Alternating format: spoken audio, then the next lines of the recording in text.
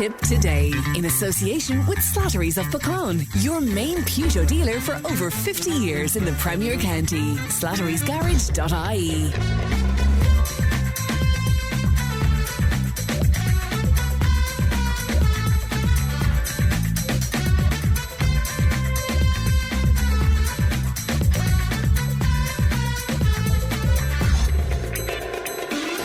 Good morning, welcome along to Tipp Today, 1800 938 007. That's our free phone number. It won't cost you if you'd like to make a call to us.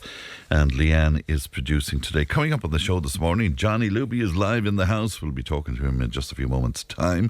A big change in the weather is forecast over the coming days. We'll hear from Cathal Nolan of Ireland's Weather Channel. A selfless act in Moneygall leaves a French family gobsmacked, and we'll talk about that as well. Cllr Seamie Morris will join us, and he's calling for modular housing on the Stream site outside of Nina. The Every 15 Minutes programme is an immersive experience designed to address the reality of teen drink driving in the States, and we started this conversation yesterday. Is it something that we should examine here? We'll talk about that again. Our Friday panel will be on board to unpack the hot topics of the week. So all of that and much, much more on the way. Let's have a glance at the front pages of some of your newspapers. The Irish Daily Mail, the main story on the Mail today: nearly 1 in 5 people will not be able to afford the cost of Christmas. A leading economist has warned some families will resort to delaying payment of their heating bills to pay for Christmas celebrations, the charity Barnardo's has said. The Irish Times, and it's dominated by a photograph of Pope Leo along with the Turkish president upon his arrival for a meeting at the presidential palace in Ankara yesterday. The lead story on the Times, though, the number of eviction notices sent by landlords has increased by more than a third since the same time last year. Also on the Irish Times today, Dublin City Council has decided it will not remove the hundreds of tricolours erected by anti-immigration groups around the capital, and will instead launch initiatives to promote a deeper understanding of the Irish flag. The Irish Independent and their lead story today: employers have been warned they may face fines of up to €50,000 and imprisonment for breaching the rules of the new National My Future Fund pension scheme. Cafes, corner shops and other small firms will be among those least able to absorb the higher end of penalties. And finally, a look at the Irish Examiner. And again, the lead story there is a rather worrying one. They're telling us that more than half of Irish consumers have less money to spend this Christmas, with many planning to cut back on entertainment and gifts as worries over household finances increases even further. Also reading today on the Examiner that the number of tenants being told to leave their rented homes has risen by 35% in a year, new figures have said. But here's one that's going to annoy the hell out of you. The development of a National Children's Science Museum has been an absolute unmitigated disaster, with costs spiralling out of control. The Dáil's Public Accounts Committee has heard more than $4 million of public money has been spent over 22 years on a project that may never happened, PAC has been told, which is just incredible. And finally, the mother of a 16-year-old girl who died in University Hospital Limerick after missed opportunities in her care has said, "I wish no other family will have to go through what Niamh experienced inside of UHL." That's a look at what's making headlines on some of your newspapers today. If you want to make comment on any of that, we'd be delighted to hear from you. And again, you can text WhatsApp 083 311 3311. You can email tiptoday@tippfm.com. Johnny Luby is in the house and he's spreading his germs all over the studio. How you doing, Johnny? Yeah, I was clearing my throat for what's coming. That's right, yeah. You wanted to pick up about that story of the waste of money again on that Fran, project. Yeah, look, I'm a long way down the pecking order, but I keep saying that when you're spending somebody else's money, you don't give a continental hoot. Yeah. And that's been going on in most of the departments there in the government for a long number of years. It's an absolute scandal. We wouldn't know about it only before it comes on the paper there. Like those 14 steps or something put up again. Yeah, I heard Mary Lou talk about that. Yeah, but it's £1 million. Yeah. Mother of God above tonight, Bob the Builder would actually do it for way less. You know, everybody seems to be jumping on the bandwagon. Just waste. Yeah, then I just heard on Tipp FM there when I coming in that they didn't know which department should be responsible for science. You'd imagine the educational department. Yeah. Department of Education should take that on board. It seems to be chaotic, the whole thing. Unreal is right. Yeah. Look, we'll talk about the Children's Hospital as well. Yeah. The Children's Hospital. I mean, 2.4 billion. And not one word about it at the moment. Yeah. And I don't even think there's a door gone into it.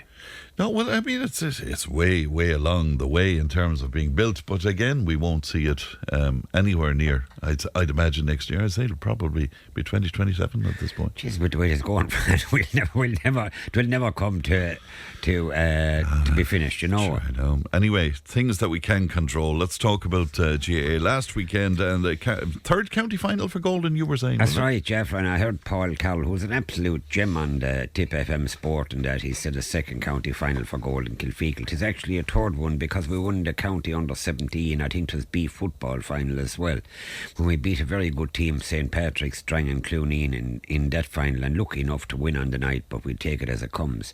Last weekend the game was played in Feathert, and the conditions, they were marvellous on the pitch, but like the weather-wise, it was absolutely cruel.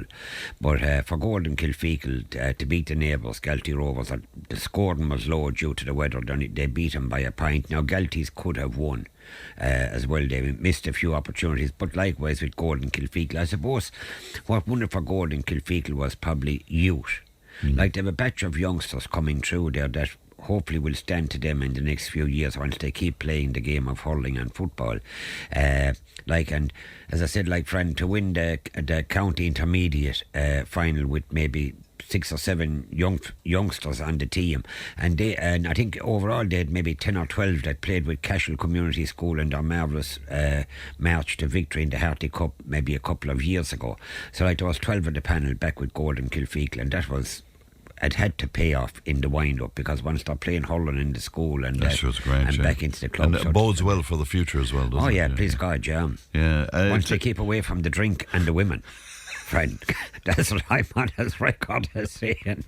Women can be a disaster. What can I say to that wouldn't get me into trouble? The women can be a disaster, friend. And mentioning the women, I'd just like to say like that, they have the ladies' football in Golden as well, and they're joined Knockerella Kickham's in the girls' camogie. And 'tis brilliant to see the youngsters getting out playing, whether they win or not at that age group, 10 and 12 and 14. Once they're playing, that's it. You know, sure, isn't it great? And speaking of playing, big weekend for Upper Church Drumban as well. Oh yeah, Fran, one of my favourite parishes around when I go to the likes of Oliver Ryan's and across the road then to Canaan's and Jim of the Mills and down to Mary de Pilos and down to Tim Ned's. It's a great area, isn't it? Well, says you're talking about hurling, not the pubs.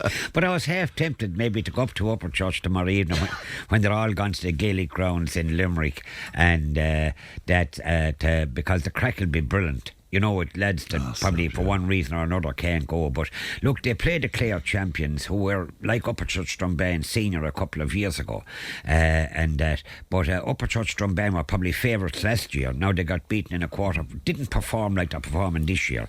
Cashel Kincormac's won it last year. They were got into the Munster final. I think they were beaten by Watergrass Hill. It was a desperate night down in Mallow or in Cork or wherever it was played. The weather was absolutely horrendous, and it possibly looks to be going to the same way this weekend as well. But as I said, the match is on the Gaelic grounds in Limerick, and the very best of luck to the lads who donned the black and amber, and they encourage everybody and every house to send a representative to Limerick tomorrow evening. It's only in the road, really. Come down from the hills and just look at the map of Ireland first and see where Limerick is. That's what I normally do. For sure. Tell Johnny it was an under 19B football that Golden won when they beat St Patrick's. You won't believe this, I knew that, but I was just wondering, was there anybody listening, you see? And when you say something wrong, then they'll all come in and say... It was a test. A test is right. Tom Baughan was on, and he wants Johnny to, if he's around this evening, could he make an appearance in Nina for the turning on of the lights. It's in Houston Estate, just behind Philly Ryan's Pub. You know Philly Ryan's Pub extremely well indeed. But to my regret. And Tom says, yeah, and I'm sure Johnny is familiar with Phillies. It's in aid of hospice. It's 7 o'clock turn on, and if he was free, it'd be great. The brass band is going to be there, and Santa Claus will be there as well. So there you go. God. That's an invite for you. Yeah, years ago, Fran, in Thomastown in Golden, they had a band they'd play in the new year. They'd walk from Golden out to Conroy's, which is now Trevor Sorolan's in Thomastown. And they'd be playing the music there and the whole lot. But there was a fine big man, the Lord immersed in him. They'd give him the drums to carry. And he was a lovely guy. And like passing the Forkney Road, and that he'd be banging the drums and the whole lot. And then they'd take a break there someplace. But anyway, I don't know how they done it, but didn't they fill up his drum with 2 or 3 buckets of sand? Stop. And this man now was 6'2" or 3", but anyway, passing Thomastown Cross, and they'd be saying to him, hey lad, you're getting no tune out of that thing, and he'd start hammering it, but them were the days you get away with it, you know. You would indeed, for sure. Will you give a mention to Gertnahoe Community Hall? They're holding their special Black Saturday bingo tomorrow at 4 p.m. 4,400 in prize money, including a special €800 game and a free game for €400, and everybody's welcome, including Johnny. By God, Fran, yeah, you know, and if I went that far, wouldn't I have to go to the bloody hen house? You'd have to go to that. Now, I'm threatening every bloody week I pick up the Nationalist or the South Tipp or the Tipperary Stair to go to the bingo in Glengole, but look. Yeah. I love the way all the geography of Tipperary, where you're concerned, involves a pub. Yeah. The moment I mentioned the place, the name of the pub straight away. Yeah, somebody came into Shawnee in the bridge and they said, have you a 00, we'll just say whatever drink it was. Yeah. And Shawnee says, I haven't, no, but he says, I have such a thing. So the man and he went out to the toilet and we went out. I said, Sean, it's like the woman that came into a shop. Remember years ago there was half a shop and half a pub. I do. And she came in and she said, have you toilet paper? And your man said, no. He says, we haven't. He said, but we have sandpaper. When I think of the carry on and the whole bloody lot. But anyway. Upselling, I think. Yeah. Rugby then, Johnny, and South Africa beating Ireland. Yeah, it was a strange game, wasn't it? It was a strange game, Fran. Yeah, you could say it was certainly governed by the lads up in the box looking at the replays and things like that. And many people then were in the pubs, of course, did well last Saturday night with watching the game, you see. But even ourselves included, that followed or tried to follow the game of rugby, do we even know the rules? I mean, like, it's very complex, isn't it? Yeah, it is, yeah. Like James Ryan was sent off for a stupid, silly thing on his own part. He dived into the thing, which you can't do because it's considered dangerous. So he got a yellow card, but that was upgraded to red, so he was gone. But now with the rules of rugby, after 20 minutes then, when you can bring on a player. Before you couldn't. You had to play for the entire game then with maybe 14 players. But then Jack Crowley, what he done you wouldn't see it in junior rugby. You know, he put his hand out and knocked the ball out of the thing, and the referee was left with no alternative. Then he's the guy that came on then, Prendergast, Mother of God above tonight. He was offside 3 or 4 times. The referee just issued the yellow card, but he kept saying to him, you're offside. Like, the referee will talk to them. Because there was a lot of criticism about the referee, but are you saying that the decisions were largely justified? Once they went back and showed it, Fran, it was plain to see. Yeah. You know. And somebody else said there should have even been more penalties. Yeah. Well, I said him, and then the paper said they're looking for, we'll say, for a good... to grasp onto straws to see what have we for the future. They said that, like, whilst Ireland were down to 12 or 13, they did perform admirably, which they did, and they prevented the South African scoring and the whole lot, and they finished up by saying Ireland won the second half by a pint. But, like, we all know, like, there's 2 halves.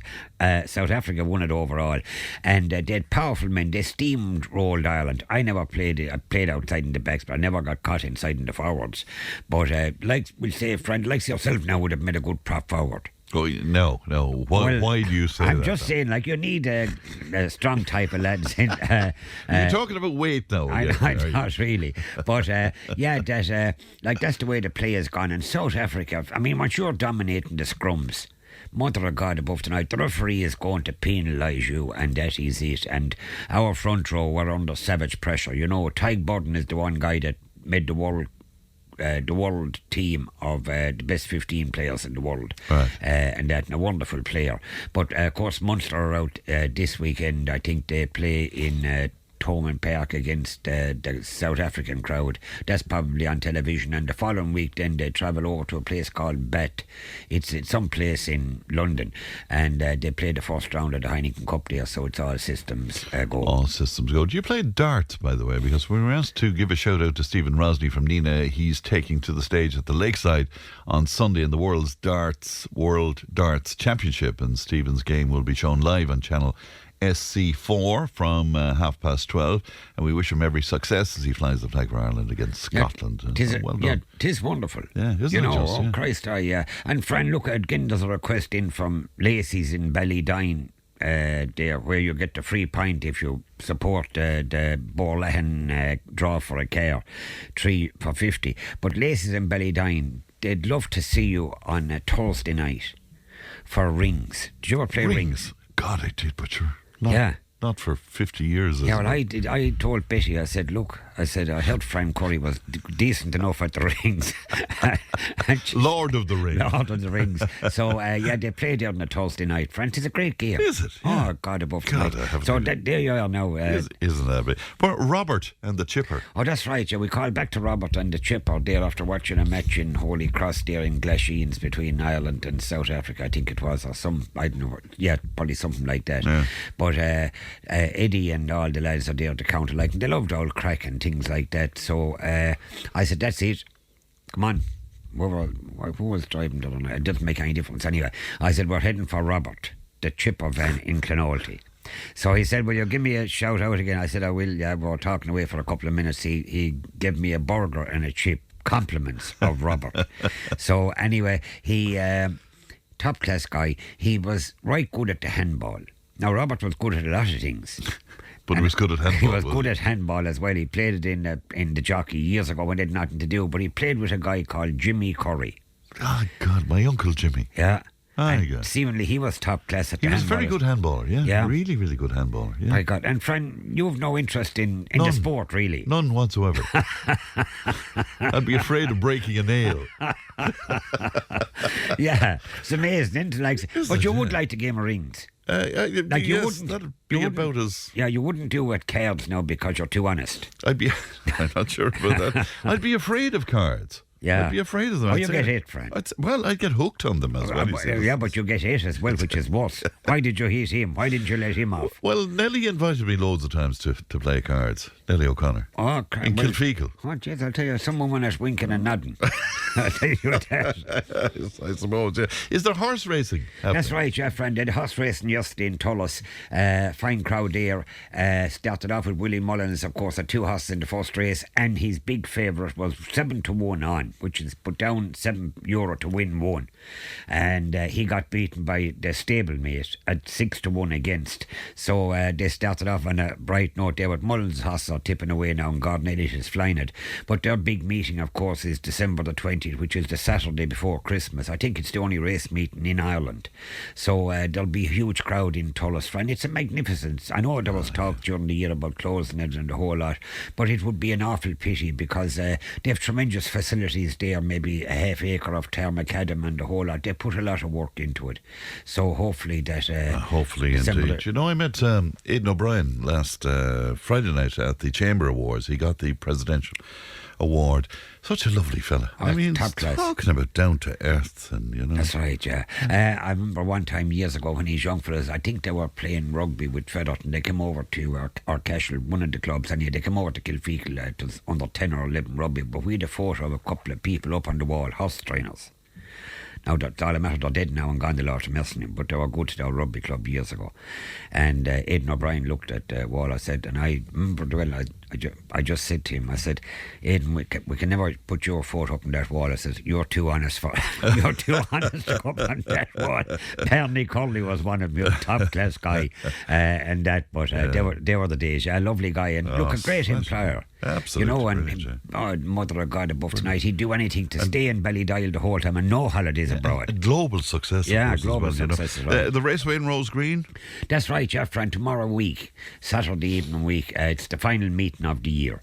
So I definitely hope to be there, please God. And of course, they've all the usual bangers and everything else out racing. I'll know more about it during the week when the texts come through. But tonight, of course, Fran, this weekend, tonight is the big night in Cllr. Huge. What's happening in Cllr? Is They this have at the furlong? light up Cllr. Oh, right, okay. Friday night, and that starts there. And of course, Harney's have all the Christmas lights going and music and everything else. And tomorrow, then at 5 o'clock, all the cars, prams, bikes, you name it. So you could be on the grandchild's pram and just only shove it around with a torch. So that's all you need of seesaw, and then they have Santa Claus on Sunday at 1 o'clock there as well, below in the community centre. So look, it's a tremendous weekend. If you're going to the Facebook Johnny. page, whatever it is, I have one of that page. You're really up on social media, aren't you? Just look for Cllr. Cllrihan, yeah, and that's it. All right, and Duella, of course, is flying as well. That's right, What's happening there? The Horse and Hound, the great area around on the church, of course, we go there now and again as well. And, of course, they have their tractor run, which is a huge thing for Duella, to do it for the Cllr Cormac in Cashel.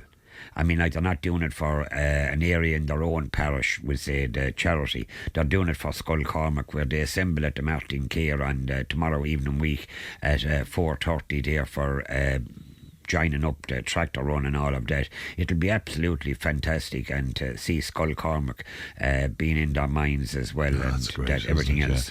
Well, Johnny give a mention to Glengoule Christmas Fair is happening tomorrow, Saturday, starting at 5. Santa will be arriving at 6:30 in Glengoule, it says here. So there you are. And this morning, it's a Christmas craft fair, and it's happening at the courthouse in Rossgrey next to Donal. You'd be well aware about the courthouse as well.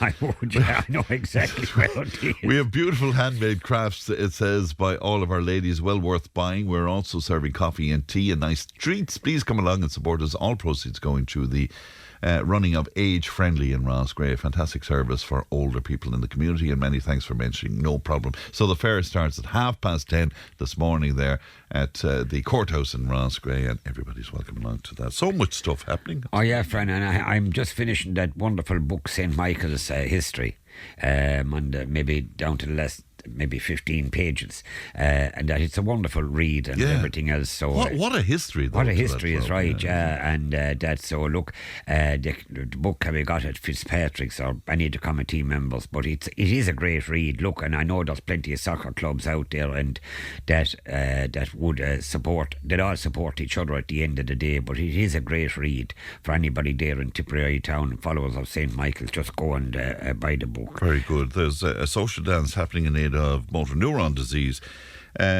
tomorrow as well, and that's happening in Nina, and it's run there by Mary Lynch as well, who wanted to mention this morning too. Yeah, and Fran, wasn't it amazing that we were looking at the Irish girls that were playing, was it under 17 or 19 soccer abroad, and they were standing from the national anthem, and lo and behold, they played God Save the King. They did not. They did, yeah. So for the Irish national anthem. Are you serious? Yeah.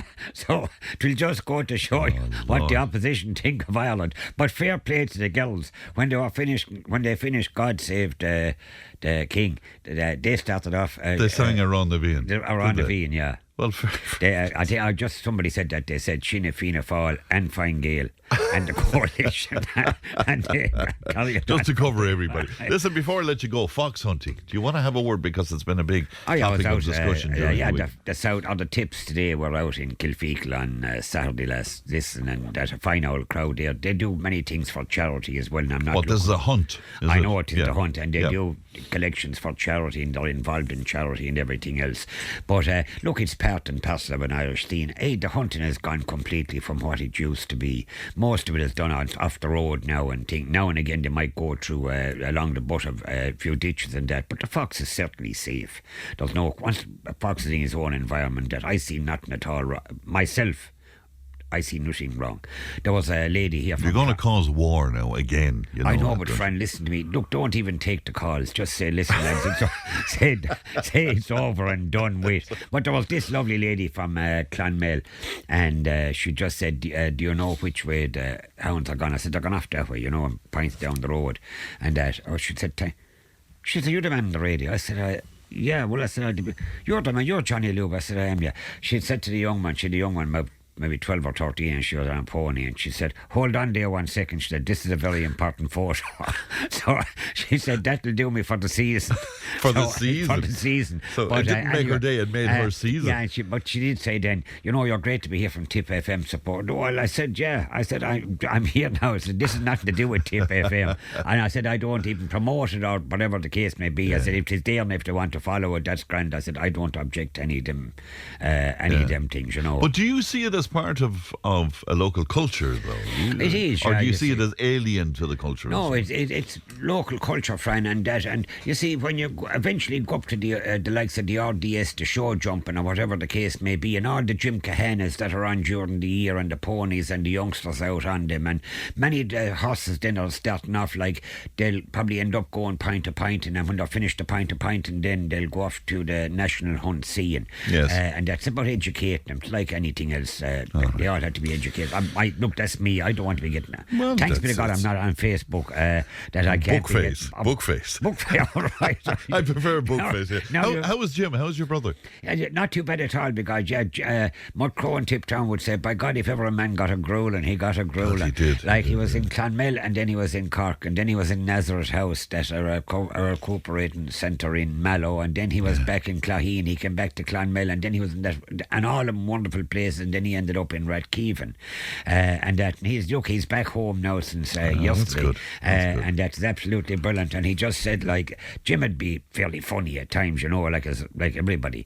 But somebody asked him, and God, you're in a lot of the hospitals. Actually, I was in more of them than the Minister for Health, he said.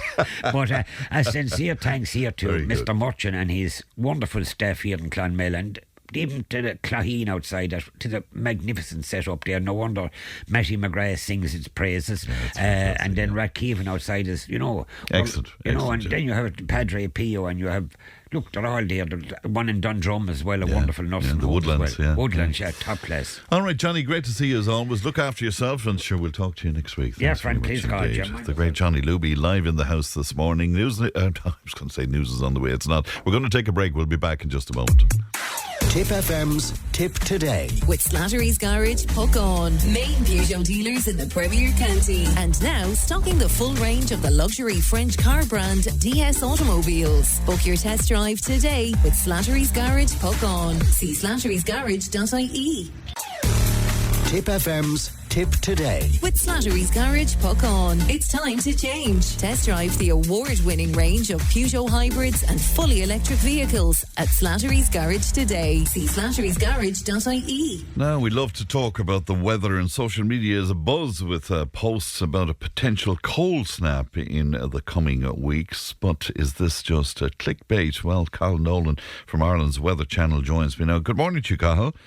A very good morning, Fran. Good to talk to you. It seems to me, Cathal, that organisations are now using weather alerts as kind of clickbait. So there's a lot of confusion about what we can expect weather-wise over the next while. That certainly is the case, and it's been happening for a good while now, really, whereby we see these bombastic headlines, 500-mile wall of snow to impact Ireland and the UK, Snowmageddon, Snow Go, And I look at, obviously, within the media, within news organisations, if you can get a catchy headline, certainly it does lead to increased flow of traffic. But I think, to be quite honest, it's been taken to the extreme by a number of organisations, and certainly so looking at the next couple of weeks. I think there's a little bit of an overplay in terms of some of the headlines that we're seeing at the moment with regards to the risks or probabilities of a colder spell of weather developing. So this weekend, first of all, today and Saturday and Sunday, what can we expect, Cathal? Well, overall this weekend, it's actually not too bad. So we have a little bit of a ridge of high pressure that's expected to bring mostly settled conditions through Saturday, and certainly so for the majority of Sunday. During that particular period, we'll have mostly light winds from a northerly direction, so it'll feel cooler over the weekend. But as we mentioned, there will be some good sunny spells, especially so through the second half of Saturday and through the majority of the day on Sunday, at least during daylight hours. Later on Sunday, we will see outbreaks of rain and cloud developing, maybe by around about 4 p.m. But at that point, of course, now that we're in the we'll be entering towards the depths of early winter at that point. It will be dark at that stage, so most of us will be indoors at that point. So it is a mostly dry weekend overall, apart from a few showers early on Saturday and the risk of rain later on Sunday. But overall, pretty good conditions. It's been a rather peculiar week, Cathal, and I was talking about this on the radio yesterday. One of the days, I can't remember which, but I had to defrost the car. Seemed like very heavy frost. And then yesterday morning, I got up and it was about 11 degrees and it was positively balmy.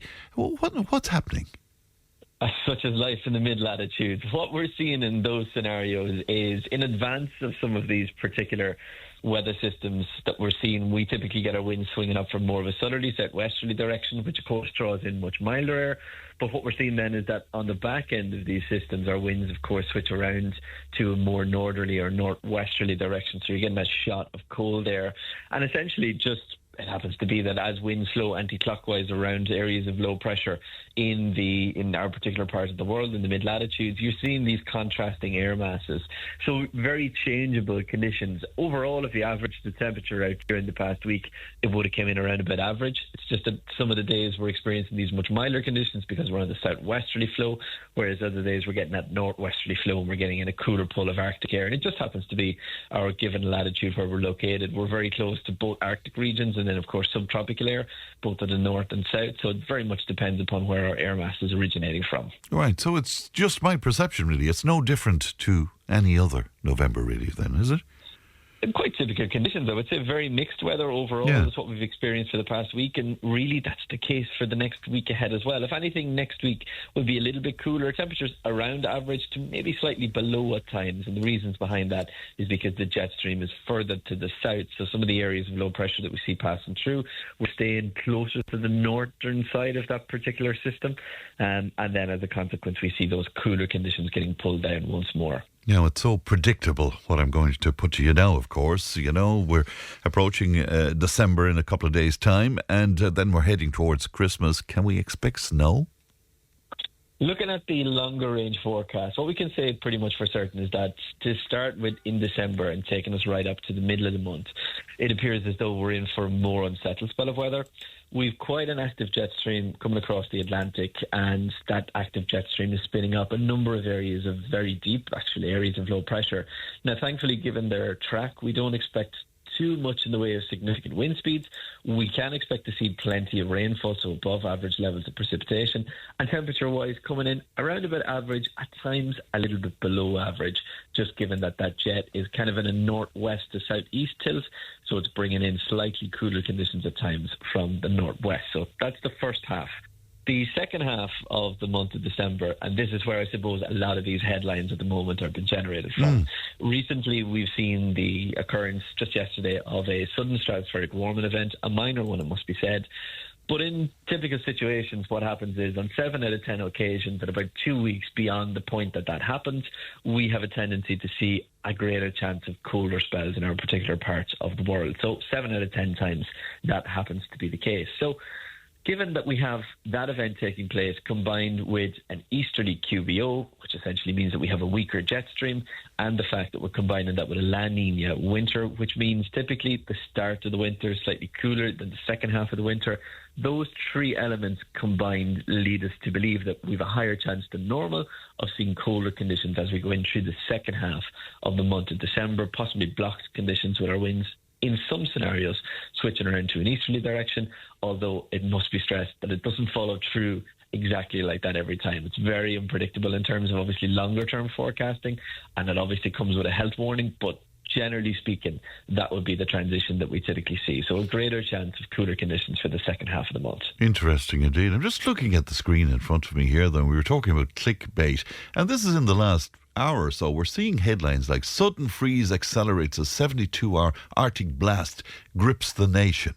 We're also hearing about what else is here? Snow verdict as brutal winds meet bone-chilling blast. Confirmation of snow forecast as Ireland braces for a -4 degree freeze. You see, this panics people, does it not, Carl? It certainly does. And look at the headlines, they completely overplay, and what essentially the headline should read as bang average conditions for Ireland.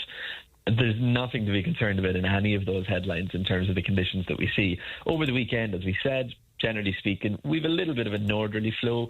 It's bringing in cooler air, certainly, so that by Saturday night we could expect to see frost and a frosty start perhaps on Sunday. Obviously, that brings with it a risk of some ice in places on untreated road surfaces, but is it anything out of the ordinary for the end of November? It's certainly not. The voice of reason, as always. Cathal, a pleasure, and thank you very much for coming on with us. Thank you and good morning to you. That's Cathal Nolan there from Ireland's Weather Channel. We'll take a break, back with more in just a moment. Tipp FM's Tip Today. With Slattery's Garage, puck on. It's time to change. Test drive the award-winning range of Peugeot hybrids and fully electric vehicles at Slattery's Garage today. See slatterysgarage.ie. If it matters to you, it matters to us. Call Tip today on 1800 938 007. And you're very welcome back to Tip Today. Now Leanne is with me. Good morning, Leanne. Good morning, Fran. So much stuff during the week and a huge reaction to all the various topics. Oh, it's been a very, very busy week. Yeah, you're saying that with a smile now. In other words, it was rather controversial, wasn't it? We had a lot of diverse opinion. Yeah, and it's great to get the opinions. And Facebook and Instagram, a lot of people seem to be going there now to comment. So we do go through them as well, because every opinion matters to us, and whatever platform you want to connect with us on.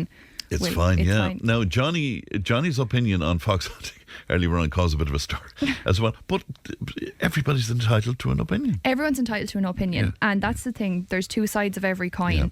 And both sides are entitled to have an opinion. So we love all opinions. Have you got some examples of what's been coming into us? Yeah, so at the very start of the week, we spoke to Ger Hyland from the Irish Haulage Association he was concerned about the amount of learner and novice drivers on the road. This did not go down well with our learner drivers on social media. Did it not? At all. So first Chloe got in touch and she said she's a learner and she's the safest, most rule-following driver you'd ever meet. And she's just waiting for the test day. Again, long test times. Right. But they think it's unfair because learner drivers are the ones that are learning the rules right now. They're across all the rules. And the point that's being made is, okay, maybe as you learn to drive, you pick up those bad habits a little bit more. It's a valid point. It is completely. I remember when I was learning and everyone was saying to me, oh yeah, just do them for the test and then you can drive whatever way you want and it'll be fine. Wow, that was the general consensus, was it? Yeah, because when you're learning it's 10 and 2, your hands on the wheel. Yeah. But then you're driving with one hand. A lot of people then when you get used to it, and which probably isn't great either. But you see, I didn't even know about that after more than 50 years of driving until Willie Leahy told me all about it when he gave me the driving lessons. Yeah, and the yellow boxes, the Michelangelo boxes. I hadn't a clue. Had no clue whatsoever. You had some interesting experiences when you were learning to drive. I was everyone. See, there's no secrets here, Leanne. I was everyone's worst nightmare because I am a very stubborn person. And I got in and I was like, I can do this. I don't need anyone to tell me. And my poor mother, I'd say she was shaking in the car with me. And I remember one day specifically, I was with my dad and we were going to a filling station and I needed diesel. And I knew I needed diesel. And he said, indicate into the filling station. And I saw a tractor. No, not doing it. I stopped on the road. I had a mental block. I was like, I don't know how to navigate around this tractor. So I'm just not going to do it. So you stopped? Stopped dead. There was a line of traffic behind me. Dad was trying to coax me in, like, turn, and you have to turn. You're holding up traffic. No, couldn't do it. Absolutely couldn't do it. I had no diesel then, and I ended up driving through the town to a filling station out the other side of the town that I knew would be quiet. So you had a bit of a breakdown? Couldn't do it. Yeah. But I have no sense of navigation. I remember when I first started working here, it took me 13 trips to Clonmel with Google Maps before I could remember the way on my own. Stop. Couldn't. It was all the roundabouts. Yeah, I suppose. And even some mornings, if I'm very tired, I'm like, left or right, left or right. Well, you're going to go missing one of these mornings. I'll have to go find you. What else has been coming into us? So Martina said she was a learner driver herself up until last week, and she was driving a very long time and only ever had 2 accidents. And it was because full licensed drivers crashed into her. Oh, okay. So she said learner drivers again get a bad rep. Another thing is a complaint we're getting in is people driving too slow on the roads. Seems to be coming up on our Facebook page a lot. Yeah. Which again, people kind of take things at their own pace. But one of the big pet peeves seems to be from learner drivers is when they're in a learner driving car that people drive too close to the back of them.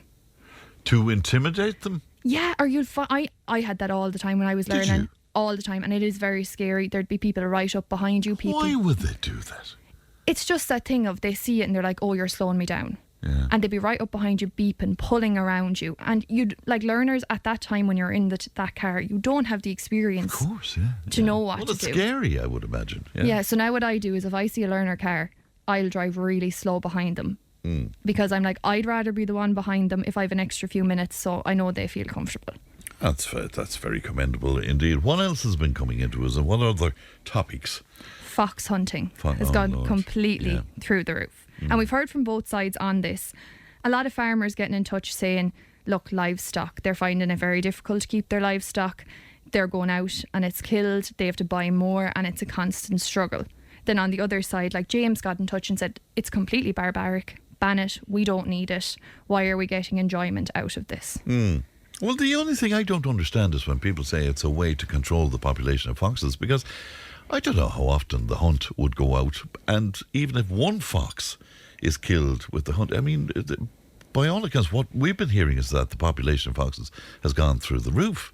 So it's not effective as a culling method either, so I don't know. Yeah, and a lot of people are saying, oh, it's a social thing. But then the other argument is, well, can we not adapt this to not involve Killing a fox? Pamela got in touch then and she was calling everybody hypocrites. She said, you eat turkey at Christmas, you have chicken for dinner, you have steak, so you're okay with it when you're not seeing it. Yeah. And there is an element of truth to that, for sure. I guess the whole halal thing sort of blew up on us. Yeah, and it was that chat the other day with Dr. Umar, because a lot of people got in touch because they never realised how all animals are killed in Ireland, because a lot of people like that. I don't like to think about my food before I eat it.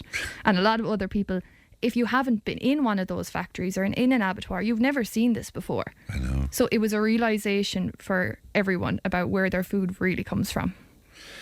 Yeah, it certainly was for me, because I did a bit of research on it and I didn't realise that the bolt only stuns the cattle, and then for everybody, cattle are slaughtered by bleeding them out. Exsanguation, is that the word? Yeah, and it's those things. So it really broadened the conversation as well, because obviously then we had a few vegans in touch who were like, don't go there. Don't go there. Yeah. Don't go there. So I think it was very eye-opening for everybody on that point as well, because it's one of those jobs I think you need to have a very strong stomach. I would imagine. So I used to love black pudding until I found out what it was. It's the one thing I don't mind thinking about because I love it. Do you? It's one of my safe foods. So safe food? So I'm like, I'd say like a very addictive personality. So if I find something I like, I will eat it every single day. You saw me with the tacos. I had tacos every day for months. And then one morning I'll wake up and be like, enough of that, what's next? So black pudding with ketchup are one of those things. Do you know that's why you fit in so well here? Because you're as odd as the rest of us. Anything else you want to highlight about what's been coming in? Yeah, Nathan Maher really sparked a conversation about mental health, especially at this time of year, because it can be more difficult. It's getting darker. People aren't really as social. You're not out and about. The sun, we all love a bit of sun. So I think that there was so many people getting in touch. But to hear from a young 24-year-old who was great crack and great fun, and to find out that he is struggling, it was just really heartbreaking, wasn't it? Yeah, it was that point he made that like you can be the loudest person in the room, but you can be struggling so much inside. And I've seen social media since he did that piece, and the amount of people that have come out had no idea but felt like they weren't alone, which is the most important thing, because if you're going through something, the odds are someone else is. I love that saying online. It's like there's no unique experiences in life. Ever. And it's very well put. That with a lot of people saying thanks for talking openly about it and for providing a platform for that conversation as well. Yeah, it can be very difficult, and I think in Ireland as well, like Christine said, the attitude towards mental health, and obviously along with social media, is very, very new. So having people speak out is very important, and that idea that, okay, you might be popular, you might like be very chatty, but you have trauma too. And sometimes we forget that, and when we're going through a mental struggle, we kind of shut down because we feel like, I can't tell anyone this, I can't talk about this. But when you talk about it, then maybe it's not so bad. I'm a terror for that. Yeah. I hold things in, but then when I talk about it, I'm like, that's not that, it wasn't a big deal. Yeah, and that's what everybody tells us, that, you know, it's good to talk things out, and to talk to somebody you trust, of course, which is so important as well. Do you want to give a final mention to something there? Yeah, Dear Phil this week. Oh, right. There was a letter about the woman who was struggling. her father passing away and struggling to watch it. This has sparked a huge conversation, and I know there's some people who've gotten in touch with their own stories. She was struggling to be there as her father was dying, wasn't that it? Yeah. So we've had a few people get in touch who've had similar experiences, and I think they're going to join us next week to chat about grief, and particularly coming up to Christmas, losing someone and then having to go through your first Christmas can be a terrible experience. It's a real milestone, isn't it? All right, thanks for that, Leanne. If you want to talk to Leanne, it's 1800 938 007. News and information's coming up. Tipp FM's Tip Today. With Slattery's Garage, Puck On. Main Peugeot dealers in the Premier County. And now stocking the full range of the luxury French car brand DS Automobiles. Book your test drive today with Slattery's Garage, Puck On. See slatterysgarage.ie. Tipp FM's Tip Today. With Slattery's Garage, Puck On. Over half a century driving the people of Tipperary and surrounding areas with quality, reliable and economical vehicles, new and used. Call the sales team today to discuss your next car or van on 067 24 111. Thanks, Pat. Welcome back to the second hour of Tip Today, 1800 938 007. Now, this week, Gary Fitzgerald reached out to the show to share the story of a good Samaritan whose generosity and kindness helped him and his family get to the airport on time. And Gary joins me now from lovely France. Good morning to you, Gary. Good morning, Fran. How are you getting on? I'm well, and good to talk to you today, and thanks very much indeed for getting in touch with us. Will you tell us your story? I think you were in Cllr, you were trying to make the airport, is that it? Exactly. So we were driving, we were on a short break in Cllr, living down the south of France. We were driving back to the airport for a 4 o'clock flight on Sunday, and about noon we stopped into the Barack Obama Plaza. And there we had a problem with the car. We couldn't start it. And the assistant manager at the plaza there came out and said, look, just leave the car there. The rental car company will take a long time to send mechanics. It's a Sunday. He says, I'll drop you up to the airport, no trouble. And we're like, you're serious? I mean, he's not a taxi or anything. He's a assistant manager in the plaza. But very kindly, he dropped us all up to the airport and didn't ask for anything at all. Isn't that just incredible? Now, it was a hire car, was it? Correct, yeah, exactly. Right, okay. So you would have had to wait too long and you would have missed your flight. So we're talking about 3 hours round trip, really? Correct, yeah, at least. Yeah. And you didn't know Paddy? You hadn't met him before or anything like that? No, never, no, total random stranger. He just said, look, I'll drop you up, no trouble. And he said, I'm finishing my shift soon and... No worries. So I just wanted to say thanks a million, Paddy Breen, really sound guy. I mean, the family is still shocked. Kind of the kindness. You don't see that many parts of the world, to be honest. And, we got the kids back to school on Monday morning here. So everything was good. Isn't it great? Because, of course, many conversations on the show over the last few years, Gary, about, that Irish welcome and that Irish kindness that we're losing it in some way. But here's a perfect example. Oh, for sure. Yeah, no question. Very, very nice guy, so I must say. Very good indeed. How long are you living in France? At least 10 years, 15 years. So. Right. In Nice? Near Nice, yeah, exactly. Right. So you have beautiful weather most of the year, I guess, do you? Most of the year, yeah. It's a nice today, so yeah, all good. Yeah, it's great. Well, would you mind telling me a little bit about your holiday? Because again, conversations we're having on the show is that we are losing the hospitality that we were famous for. We're gone too expensive here. We're not welcoming enough. What's your experience when you come here to visit? I mean, everywhere in the world is expensive at the moment. I mean, I'm going over to New York next week for business, and the hotels are shocking expensive. I would say Ireland is no different to anywhere in terms of expense. We always have a great welcome there, and Yeah. So you have no critique whatsoever. You have no criticism whatsoever. I mean, I wouldn't say that, but I think it's pretty good, to be totally honest. I mean, I travel a lot internationally, and you can't really beat Asia for service, but Ireland isn't too bad at all, I must say. So very good indeed. But life is good in France, is it? Yeah, we can't complain. Weather is good, so life is fine. So right. right. Well done anyway to Paddy Breen. I think it's Paddy Breen is his name, isn't it? Correct, yeah. Of the Barack Obama Plaza, who certainly was a good Samaritan and impressed your family greatly, I know. Lovely to talk to you, Gary, and thanks for making time for us today. Thank you.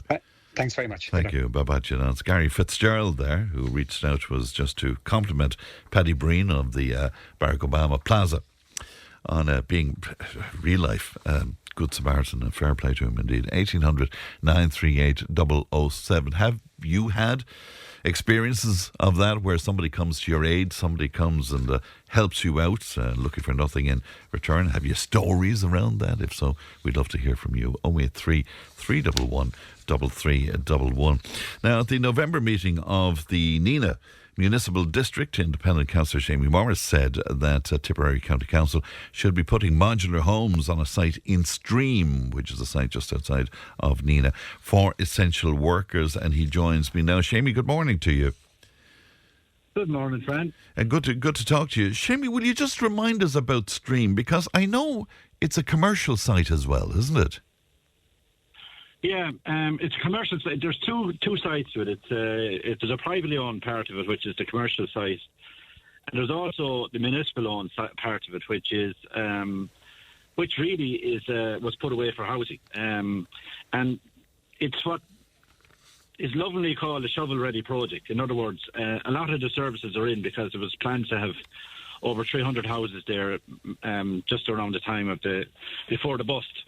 That didn't happen, so the council bought the land. To be fair to the former county manager, Joe McGrath, he saw the fact that it could be needed for housing or whatever. So, and the council also sold part of it to Nina Rogue, and they've used that to expand their facilities. But what's left is a part of land that hasn't been used. There was a plan to. It went out to private auction twice for developers to kind of bid on it and build houses on it. But that failed twice. So the auction failed twice. There was no interest in it. So I've been calling for this to be used for affordable housing, for cost rental housing. And now the fact that the new government housing plan includes modern types of construction, in other words, modular housing, I'm trying to get the council to think of it as a perfect site for a scheme that would be for essential workers. Now, essential workers, what are essential workers? There was a list of essential workers was used during COVID. Yeah. And I think that would cover doctors, nurses, teachers, whatever, ambulance drivers, health workers. Gardaí, obviously, yeah. Yeah. And believe it or not, postmen and postwomen too. Yeah. We were working during COVID as well. So, and council workers. So I think there's a perfect template there to use what could be an idea to build modular houses, come up with a modular housing scheme. Look, the one in Thurles is beautiful. I'm sure the one in Clonmel will be beautiful, despite, all the issues about them. Why can't we build houses for our own workers, Fran? And the thing about it is, we haven't delivered one affordable or cost rental house in Tipperary, not one. So our workers are really being left out there. Yeah, the only thing I'd say to you is, from what I understand, where the modular homes in Clonmel is concerned, I think they put a price at somewhere between 400 and 500,000 per modular home, which appears to me to be absolutely off the wall. So it would be no cheaper if we go by that yardstick than putting up concrete houses. But believe I had a phone call from Rimcall yesterday. They build modular houses in Nina. They've asked me to come out and meet them because there's a site just up the road from Stream building modular homes. So they've asked me to come and meet them, and I will go and meet them next week. Look, I think it can be delivered much cheaper than that. Look, I think we all know that the particular site in Clonmel, there was a lot of security issues. And when the OPW are involved, things get very expensive. So I think they can be done much cheaper. But anyway, friend, it doesn't matter what they cost, honestly. We need houses for our own house people, yeah. And we need houses. And as I said, they could be cost rental. They could, people could rent them out or whatever. But at the moment, that land is lying idle. And Fran, what infuriates me more than anything is we're turning down planning permission. In fact, we're telling people not even get to stage one of planning permission, where people have come up with their own sites, our own workers, our own people have come up with their own sites in rural areas, and they've been turned down. And the thing about it is, we haven't delivered one affordable or cost rental house in Tipperary, not one. So our workers are really being left out there. Yeah, the only thing I'd say to you is, for planning permission due to the lack of local need. That infuriates me completely, and because they're not in full-time farming. I know several people that could come up with their own land and come up with their own finance to build a house in Northern Ireland, but to be told no, you can't do it. And at the same time, we have what's happening down in Dundrum, where there's a Part 5 planning permission given to house people in very dubious circumstances, outside planning laws. So why can't we use the planning laws that we have to put up a scheme? And this scheme could be done in every other town around the place, Fran. And I think there's this idea is something that we could run with. Right, and you have all the infrastructure there ready and waiting, have you? Well, look, I'm under no illusion that some of the infrastructure may have to be dug up, Fran, because it was put down in 2009, 2010. But certainly, you have the water there, you have the sewage facilities there. When the sewage treatment plant in Nina is finally upgraded, you have the lighting there, you have everything there, Fran. Everything is out there, and plus there's roads in and out of the place as well. And what reaction are you getting from the authority on this? None. None. They look at me as if I have two heads, Fran. But having said that, that's not going to stop me. I'm going to drive on with it because, as I said, I'm meeting with modular house developers in the next few weeks. And when you say you're going to drive on, you see, what can you do without the backing and support of the local authority, Seamie? All I can do, Fran, is keep bringing it up, keep putting it to them. Look, as I said, they've tried twice themselves to get the market to be interested in site and they haven't got any interest, Fran. And so if you fail twice, I think we should be looking at other ideas. Look, I'll also go to the department personally and say that we have a site here and let them know that this is something that they're talking about, that is a good idea. But certainly we have to think out of the box to keep our own workers in the country, Fran. Can I ask you as well, Seamie, because it's something you've been across for years as well, the Health Minister now appears to have opted not to develop a new Model 3 hospital in Nina or Ennis. It was one, as listeners know, one of the options put forward in that HICWA report to tackle the crisis in emergency care in the Midwest. It appears that that's been discounted now. How are you feeling about that?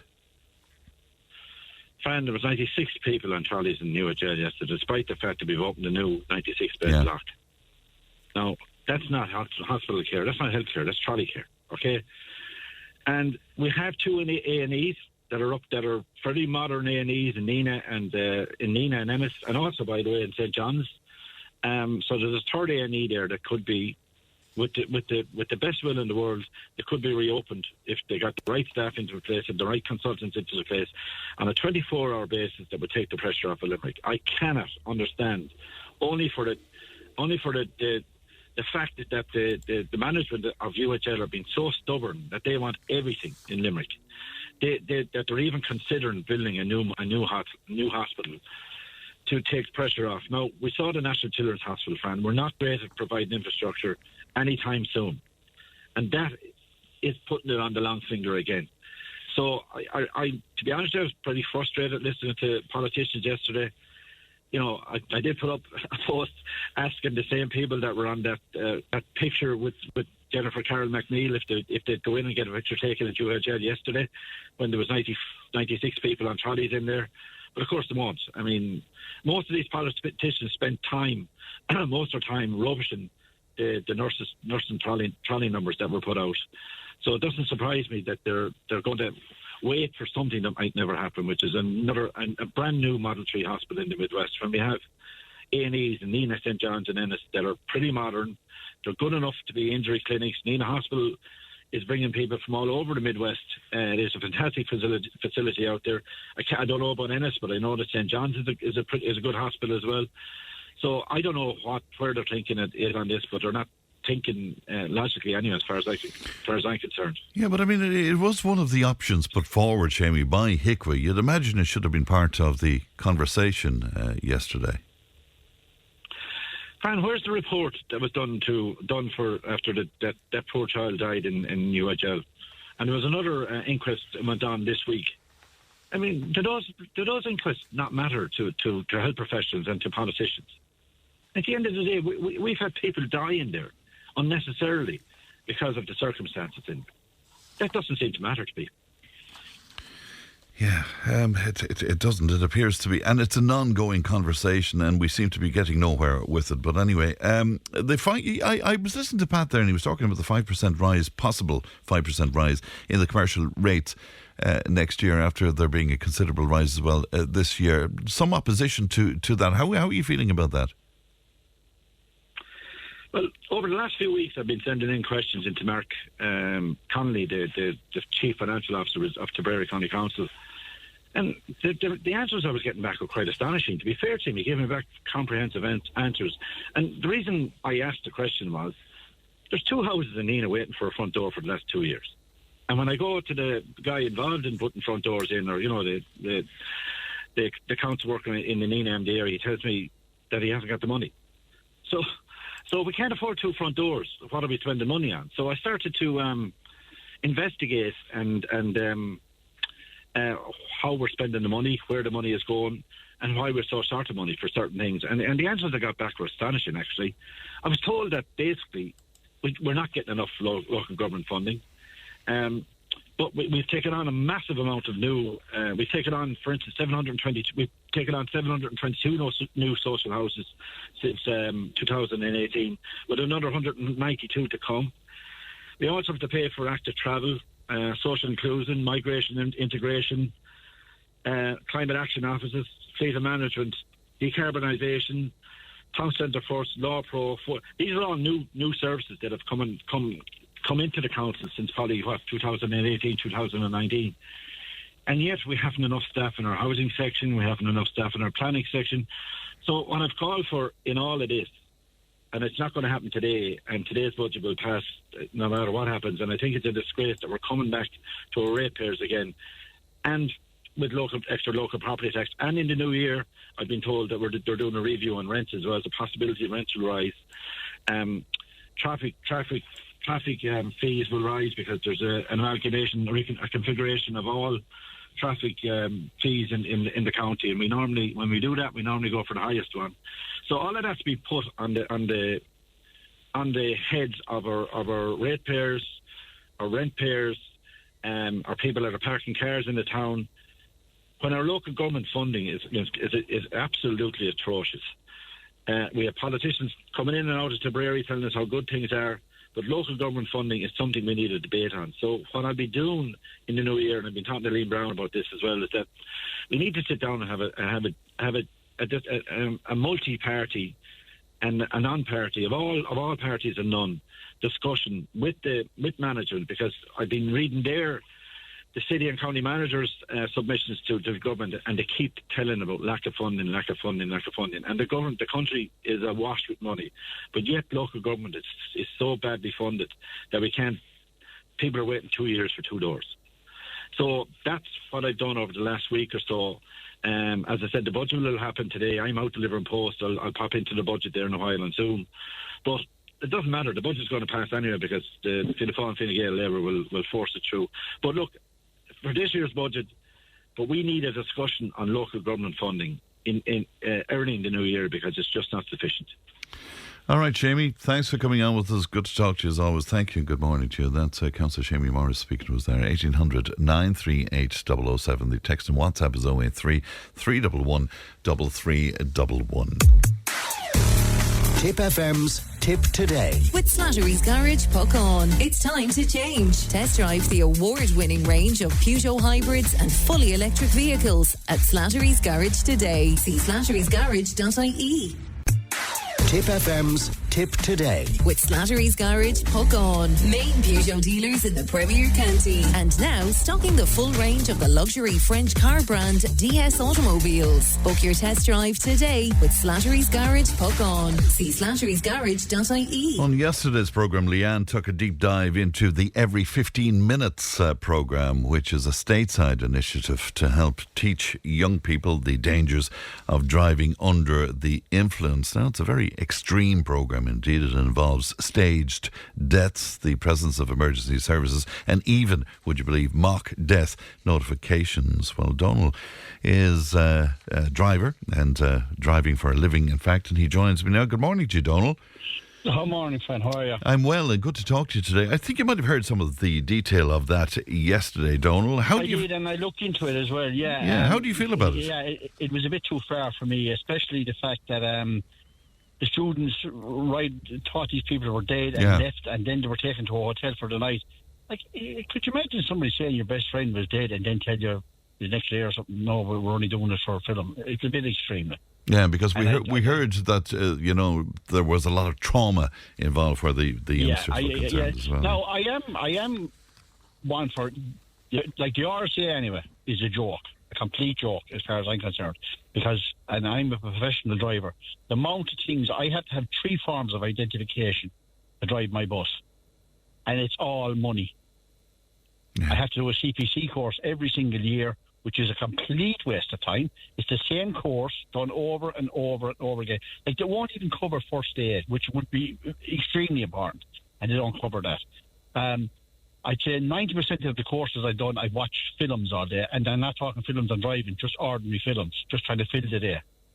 Are you serious? This is a fact, and I've reported this to the RSA. Now, what is the cost? What is the cost of that course? €69. €69, and you have to do that to hang on to your license every year. Is that it? Hang on to your license, because if I'm pulled by VOSA in the UK or in Northern Ireland or the RSA in Ireland, I have to produce a driver's license, a CPC card, and a DigiCard that records all my driving hours, which I'm completely in favour of the DigiCard. Your driver should be recorded, and because before this happened, there was transport companies that, I mean, the blackguard drivers driving all sorts of times. So I'm in favour of that. But if we have a series of accidents in this country, what happens is the government can wash their hands of it, because they can turn around and say, listen, we have the RCA there now for that, they're the crowd, they're looking after that. What do we end up doing? We bring down speed limits to 30k. We hit more speed traps, shooting fish in the barrel. Doesn't help. What needs to be done, especially with young drivers... Well, that's what I was going to ask you. From your experience, what needs to be done, Donal? The carrot and the stick. This is what you need. And I have said it over and over again.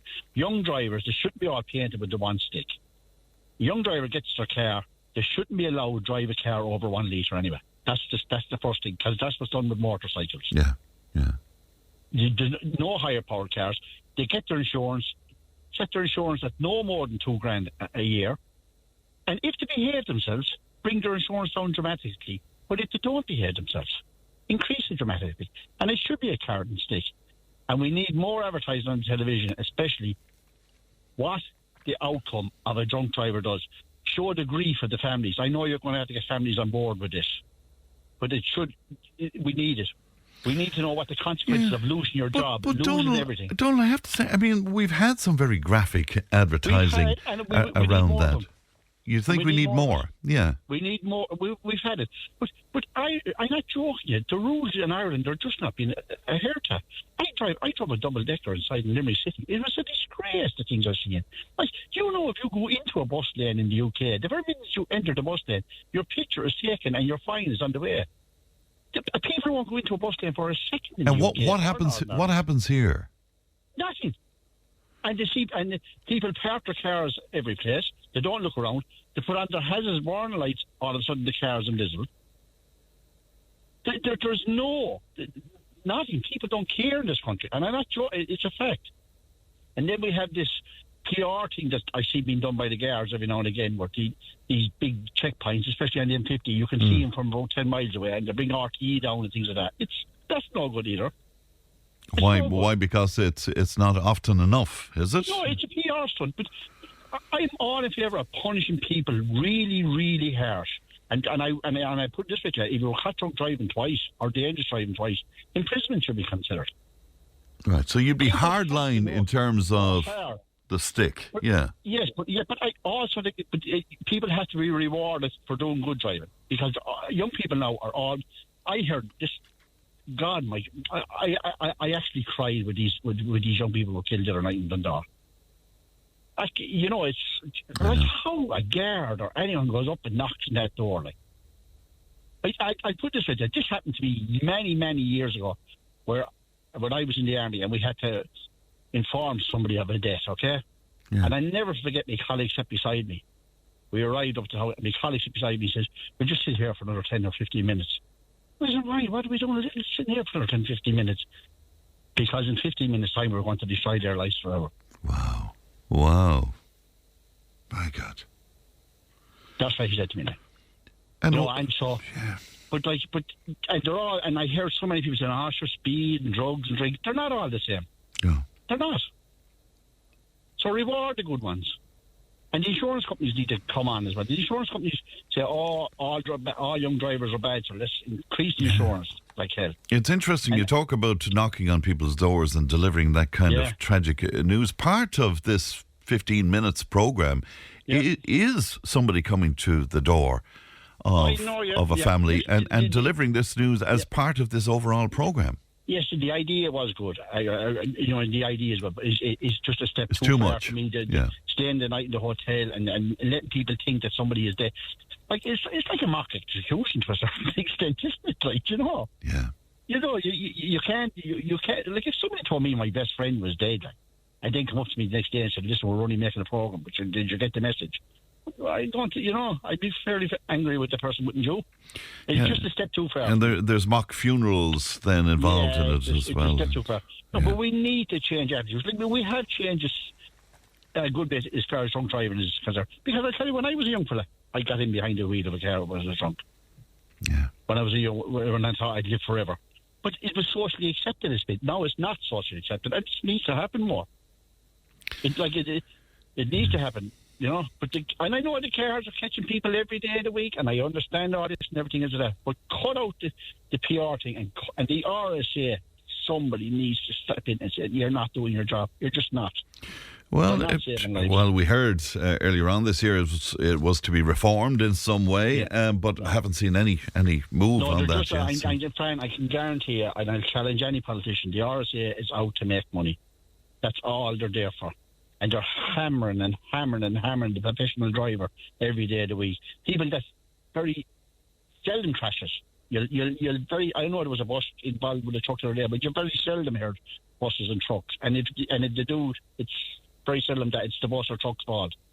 Because we are good drivers, the majority of us. All right. Well, Donal, be safe on the road and good to talk to you. And thanks very much indeed for coming on with us today. How do you feel about that? 083 311 3311. Tipp FM's Tipp Today. With Slattery's Garage Puck On. Now is the time to pick up your next van. From the award-winning Peugeot Partner van to the Expert and the load-lugging Boxer van. We have big vans, high-roof vans, long wheelbase vans. You'll find them all at Slattery's Garage Puck On. See slatterysgarage.ie. Join the conversation in Tipperary. Contact us through Facebook, Twitter, or email tiptoday@tippfm.com. Now, this Sunday, November 30th, the Ryan Academy of Music will present a spectacular collaboration concert with 120 young musicians, can you believe, from counties Cork, Carlow, and of course Tipperary in the Ballycasine Hotel and Golf Club. And to tell us more, I'm delighted to be joined in the studio by Michael John Ryan. Good morning to you, Michael John. Good morning, Fran. Thanks for the opportunity to publicise it. You're very welcome. It's always a pleasure to see you. But it's a huge logistical event. I mean, how much time did it take to bring that to fruition? The planning of this went on for over a year because the three orchestras are part of the Association of Youth Orchestras, and in Ireland there are over 100 youth orchestras in the country.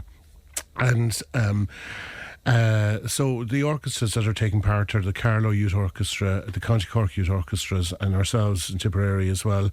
And we had to, the logistics of it really, we decided on a programme. So the three orchestras have been rehearsing since they've come back in September. They've been rehearsing three pieces that they're going to play together, and there'll be three conductors, one conducting each piece. Including yourself, so, like, it's a popular programme we're doing. We're doing the likes of ABBA, Mr. Brightside is Mr. Bright Sky is one that we're doing ourselves by ELO. Wow. But there's other classics like the Barber of Seville, and there's a polka by John Philip Sousa, and of course that ever popular Radetzky March. Yes. For that's one of the ones you're doing together, is it? Well, what we're doing together is we're doing Naba medley. We're doing Sherzad by Rimsky-Korsakov. It's a beautiful piece, and the Radetzky March as well, which will lift the roof. Hopefully, yeah. So it's a good clap along one at the end. It's great. The people can get involved in. Isn't it just? Isn't it great to see such interest though in music? Because we, on this program, like we tend to talk about young people on screens all the time and antisocial behaviour and this and that and the other thing, and then you have this. Yes, yeah. Well, music is very much alive in the country, and look. The times that we're living in, they will go on screens and that, and I suppose parents want to limit their time, but the kids that come to our practices, we have about 30 every Friday night, and we have the facilities of St. Ailbe's School in Tipperary, and they're purpose-driven, they're interested in the music, and they're very disciplined then as well. And so they go to their regular music lessons during the week. And this is, sometimes you think, okay, it's important that they get all the music together and it has to sound good. But really, you lose sight of it if you think that's the only reason why they're there. The reason why they're there is from a social point of view, because they're meeting like-minded kids. Like if you were interested in the GAA or in hurling or football, you'd be meeting your friends, and that's the most important thing. So the youth orchestras are for the kids that are interested in music. And on Sunday, the kids that we have in Tipperary, they'll be meeting like-minded kids from Carlow and from Cork that are doing the same thing every week. They're going to their regular music lessons and they're going to their orchestra practice. And it'll be a great thing because we have, for example, you have all the sections of the orchestra represented there, the strings, the brass, the woodwind, the percussion, and our members will be, for example, if it was a cello, if you were a cellist, you'd be sitting beside somebody from Carlow or from Cork, playing the same music. Isn't that great? Yeah, isn't it? It is. Yeah, it's great. And so it's a shared experience. Friendships form. They do indeed. Yes, they do. I'm just thinking back to when I studied myself when I went abroad. I went to Denmark, and I remember one time we had this. They called it orchestra school, where we had orchestra twice a week, and I was sitting in an orchestra with there were all different nationalities, and the conductor, it was fine when we were playing because I could read the music and we were all reading the music. Yeah. But when he would stop and give the instructions, I was kind of saying, like he was speaking something else. Now, I turned to a girl that I was sitting beside and I said, like, what did he say? And she was German and she said, oh, don't worry about that. He's from Finland. So nobody knew what he was saying. No, but once you started to play the music, it was universal. Exactly. Yeah, it's a universal language. So once they learn how to read the music, they can go anywhere in the world and they can sit in any orchestra. I love the opportunity you give kids in your own academy as well, because the orchestra is the goal, is it, when they're learning the instruments? It is indeed, because as I say, they make friends through the orchestra and they keep the friends, and even I see it on Friday nights when they meet up together. It isn't that they haven't spoken to each other from one end of the week to the other. So this is where the technology comes in. So they've been in touch all week long, and they're actually in touch with each other during the week as well, and they go to each other's 16th parties or 18th parties as well. So it's a circle of friends then, Yes, it mighty. And is there as much interest as ever in kids learning music? I mean, you have waiting lists and all sorts of stuff. There is the big interest. We have 10 teachers teaching for us in Tipperary. Wow. So we'd have about 10, yes, yeah. So on Saturday, if you were to come up to the music shop, upstairs we have our Academy of Danny Music. Rand's music shop in Bank Place in Tipperary. And we're going now 54 years.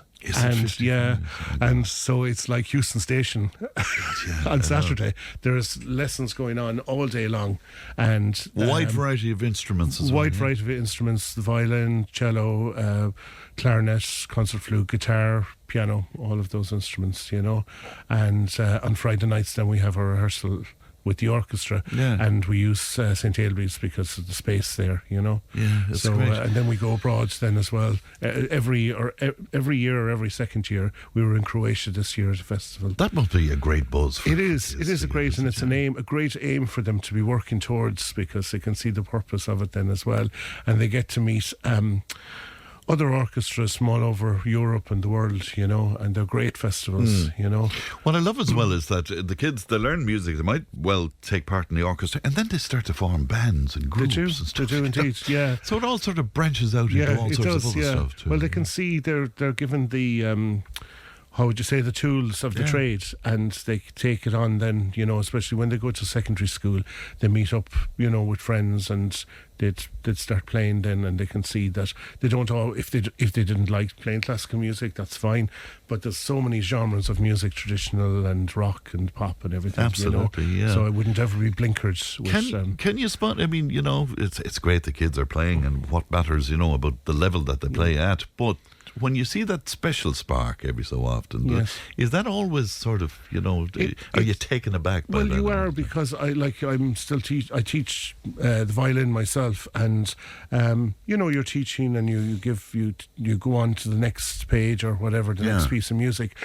But the kid that you'd know when they come in, if they've practiced during the week, for example, and they're anxious for more.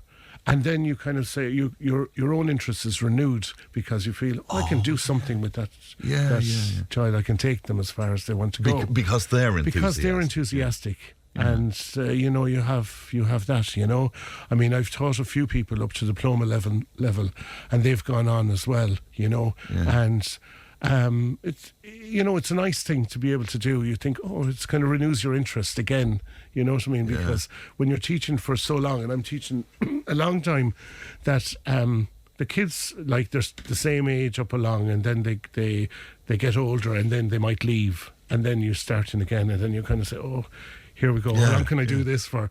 But it's like that when a child comes in, and they will, you know, they'll soak up the information that you're giving them. They'll, you know, I know, and it's great. It's very heartening to see that. It is very heartening. As you know, I was a great friend of your dad's, and he taught me music. God, so long ago now. It feels like a whole other world. But it's gas. He always spoke about the kids who were interested. That's the word he used. Those who are really interested. Yeah. And do you go along with the notion then that, you know, a small part of it is this so-called gift? The majority of it is interest and just working at it. It is, yeah. A lot of it is, the majority is working at it, you know. I mean, I believe that everyone should do music, and they have that in them, you know. And I often say that about singing, everybody can sing, for example, you know, but sometimes if they were in a household where the radio wasn't on, or there was no music, they've no exposure to sounds, you know what I mean? And then the other thing, in former days, people hadn't enough information about kids' voices, and they would start giving them a song that there was a higher range that they were able for, and if they couldn't sing that, they'd say, you're stand out to the side, you're a crow, whatever. But it's just their voice wouldn't have developed at that stage. So a child's voice would only have a shorter range, and if you're if you are starting a child to sing, you get them to sing a note first of all, then find the note, and then move from there, rather than play a song and then they won't be able to pitch it, they won't be able to hear it in their head. So get them to sing a note, and then... It's very interesting indeed, yeah. And you'd wonder how many talents were lost over the years just because of stupidity. Lots of them, because even now we have a lot of adult beginners coming in, and people that are retired, and they may not have got the chance when they were younger. Yeah, I'm serious. Like people that would have reared their families now, and now they have time for themselves again, and they come in, and the lessons that we give, they're private lessons, they're half an hour on their own, so it's their own business, and they can go and practice, and they get great joy out of it. But like that, they wouldn't have got a chance, you know. I mean, the country is the best it's ever been, I think. Now there's every opportunity, so if anybody is interested in anything, there's no excuse for them not to go for it. You know? Very good indeed. If people want to find out more, by the way, can they make contact with you at the shop? They can indeed, yes. Will I give them a phone number? Would you mind doing? Yeah. So, I mean, you can ring, we're the Ryan Academy of Music, 20 Bank Place in Tipperary, over Danny Ryan's music shop, and the phone number is 062 51128.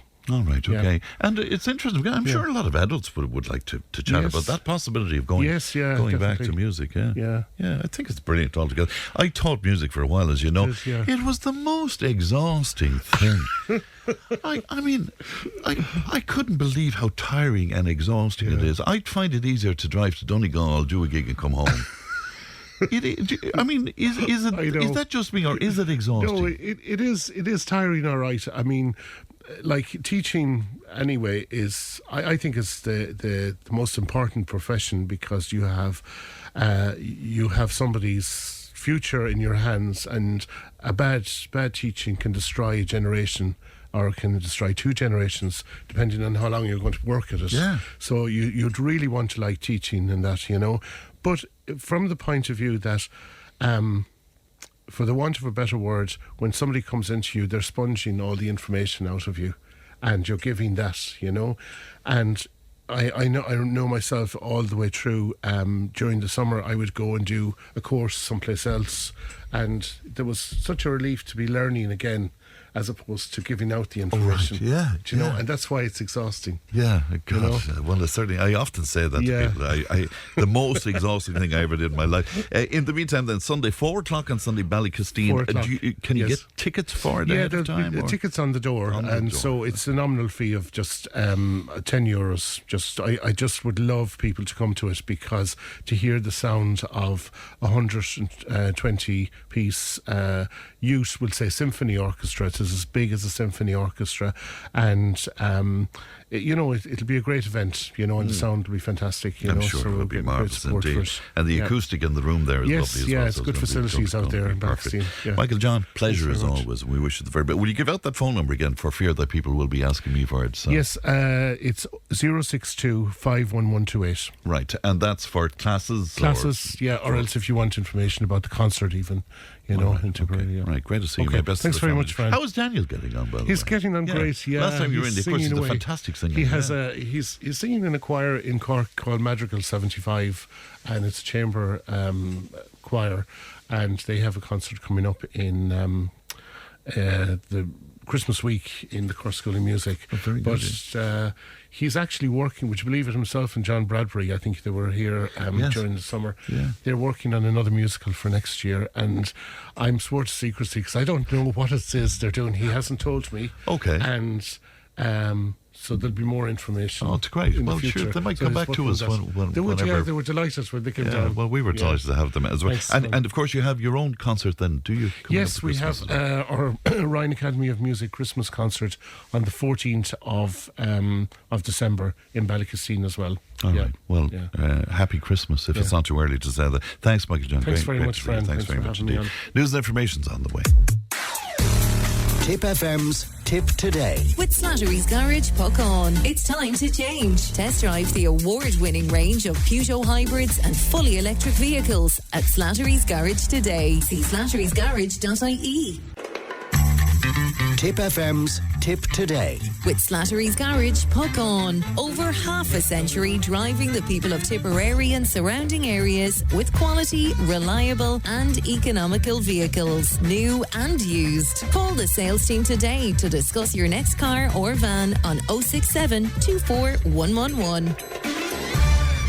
Thanks, Pat. Welcome back to the final hour of Tipp Today. Now, I was talking to Donal about driving. We've loads of stuff in on driving, both on text and WhatsApp. We will get back to it again. We really, really will. But I know huge amount of opinion, huge amount of interest in that. But right now it's time for our Friday panel, and I'm glad to be joined by Martin Brown. Martin, of course, former Sinn Féin TD from Cashel. Joe Leahy is with me, founder of Seesaw Security Consultant. Pat Mullally is with me, former postal worker and regular contributor to the show as well. You're all extremely welcome. Thanks for coming into us. Thank you, Fran. Today on this very changeable day. You were saying that, Martin. It's sunny now, is it? It's lovely and sunny out now, Fran. God, I mean, it wasn't like that when I was coming in. Well, I experienced both of it this morning. While you were walking? While we were out walking.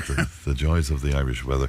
The latest measures in the government's tightening up of Ireland's immigration system included accommodation charges for working asylum seekers, new barriers to citizenship for those that don't pay them, and tougher rules of family reunification. Now, it's all part of what Minister Jim O'Callaghan has been arguing is the coalition's fair and firm approach to immigration, which has grown to be one of the most contentious issues in Irish society in recent years. Can I start with you, Joe, where that's concerned? How do you feel about that? Do you see it as being fair and firm, I suppose, is the first question. Well, I suppose you have to, if you start going in and examining every word and what is fair and what is firm and all this, something had to be done and it had to start somewhere. So at least this is a start, in my opinion. I think it is it's overdue. Is it long overdue? One more borrows another. Where do we go? I think what they did in the beginning, the idea was right, do you know what I mean, to be humanitarian grounds, begin all these people. But of course, when you open the gates, the floodgates, then the flood comes through. And I think this is what has happened. So yes, we needed to have a rain check. We needed to go back, have a look, see what was done right, see what was done wrong and all that. And I think, yes, this has happened. This is what we're happening now. Probably, it'll probably take 12 months, 2 years maybe to see the fruition of this, and it will have to be, like everything we do, it will have to be tweaked along the way, I'd say, to suit different scenarios, because not one cap fits all, It's being viewed in some quarters as a complete U-turn by both Fine Gael and Fianna Fáil. How would you answer that? Yeah, I wouldn't look at these things at all as U-turns. I think it's in every walk, every aspect of your life. You have to check things out as you go along. Sure, look to like your own house at home, and you do a job and you're saying, God, why did we do that? And you check it out and you redo it, and then you're saying, geez, was I mad doing that at the time? I think this is all much the same thing. I think you need to learn as you go along. I think that's what's happening. It takes a bit of a while to learn. You see the mistakes that were made, and you'd hope that they wouldn't be made again. And I mean hope they wouldn't be made again, because some of them are terrible mistakes, like, to put hundreds of people in rural areas, especially, with no amenities, was incredible stuff. But ill thought out, badly thought out and all that. And I do think that, yes, it needs to change, and it is changing. Is it a U-turn? I don't know. The people that are out there, the cynics, can say yes, it is, and it's easy to say it's a U-turn. But I think it had to be addressed, it had to be readdressed, and I think that's where we're at. Some of the contributors to the programme, Pat, saying that, if we used the language that's used now by Jim O'Callaghan a year ago on this programme, for example, people would be up in arms about it and saying that it was racist and that it was inhuman and all of this sort of thing. Do you see this as a U-turn to some degree? No, I applaud Jim O'Callaghan for his initiative, and I think it's because of the way the whole thing has evolved. Since we were fired into the deep end at the time because of the war, and we needed to be open to refugees coming in, and we were all sympathetic with the thing. We would put them up in our houses. A lot of people did put them up in their houses as well. But then that the flow of immigrants coming into the country had to be catered for one way or the other, because the laws are out there, and they were constantly being the governments were being how would I call it? They were accused nearly of flooding the land with them. Roger O'Gorman was the minister at the time. I don't agree with half the stuff that he done, but I applaud Jim O'Callaghan in the sense that he's after taking this by the neck, and is going to try and prove that this is going to work. Redraw the boundaries, redraw the lines. If you look at Denmark didn't have the immigration that they were getting inside it because they didn't offer anything. We offered everything. We offered accommodation, we offered a place to stay. Were we too generous? We were too generous. We were too generous at the time. And because we thought, of course, the war wasn't going to last. Well, that's another thing, that's another thing. But then we got them from Syria. We got them from IPAS on top of it. The IPAS on top of it. We got them from everywhere. Britain have changed their thing now as well. Now, if Britain changes it, it might mean that it will stem the flow of immigrants coming into this country here, because Jim O'Callaghan came out the other day and he said 90% of the applications or the people coming into the country are coming down from the north. Well, it might make it worse, in fact, though. I mean, if we're seen to be less extreme than what's happening in the UK, more people will come in. And if we kind of mirror what's happening inside in the UK, we may there's no point in. There's no longer the land that we are of this sudden wealth. And before I go to Martin, what about the cynics who might say to you that, look, this really is a response to the presidential election and to that spoilt vote that was out there, and finally the government parties are listening to a large portion of the population. I saw a person the other night stating that that they are now pondering, the government are pondering, and especially Jim O'Callaghan are pondering to the far right. I don't think that's the case. I think that this was a need to be done exercise. It has to be done. And irrespective of what the outcome of the election was, Jim O'Callaghan was working on this before the presidential election, and didn't just so happen that it just come out now, because Britain are bringing this thing as well through Parliament. Their own something similar to what a very extreme version of it. Like they were talking about putting some of those people that didn't pass the asylum, that they were going to fly them out to Rwanda. Now that's on hold because it's supposed to be illegal. But now if we can export the people back to where they came from, if they don't pass the immigration law and put them back to where they came from, I'm agreeing with you. All right. Martin, I think Sinn Féin are opposing some of what Jim O'Callaghan is saying. Is that fair? Is that fair to say? We believe that this whistle blown by the government again, Fran. There's 100,000 people came into the country last year. There's 31,500 returning Irish people. There's 25,000 EU citizens which are entitled to come here, and there's 4,900 UK citizens which are entitled to come. There was 63,000 Ukrainians, and that's because of the war. But we have family reunification, we have work visas, we have student visas. Where do you cut if you want to? A lot of this is deflection from, as far as I'm concerned, from their housing policy over the last couple of weeks. Instead of talking about housing and our healthcare and the whole lot, the government now just shifted again back to immigration. There's no one talking about the lack of houses, lack of building of houses. There's no one talking about the children's hospital. There's no one talking about the state of our health service. You had someone on earlier about Limerick Hospital. Yeah. It's all deflection as far as I'm concerned. Take the family reunification. They're not going from 2.5 years to 5 years. Most of the people that are looking for reunification of families have well-paying jobs. They're in their own accommodation. Think of our own families that if we had to leave, or that 2.5 years is a long time to be away from your family. Now you're being told it's another 2.5 years, it's going to be 5 years. A lot of these people are doing jobs in this country that the whole system would fall down without it. I said it to you before, when I chair of the petitions committee above in Dublin, we had a delegation from the Czech Republic, and they took in 500,000 people, and we said, Jesus, excuse me, that must cause unbelievable hardship. No, the Czech Republic lets people, when they come in, they'll let work straight away. They're making their own wage, they're paying taxes, they're able to find their own accommodation while they're being processed. If the process system lets them stay, they have their job, they're paying taxes, and they have their accommodation. If not, then they're sent back to the countries. But we're bringing in people the whole time, giving them €38 a week and putting them into places that they're not let contribute anything to society here. The population growth, though, and you alluded to it there. I mean, it's 1.6% last year, 7 times the EU average. So we just can't cope with the kind of numbers. Who do you stop? Do you stop student visas? Do you stop people coming into the health service? Because the actual illegal immigration is very, very small in this country. So who do you stop? What happens if we stop healthcare workers coming in? Who does the work? Who does the nursing in the nursing homes? And do you not think... Do you stop student visas coming in? And do you not think that we've been over-generous?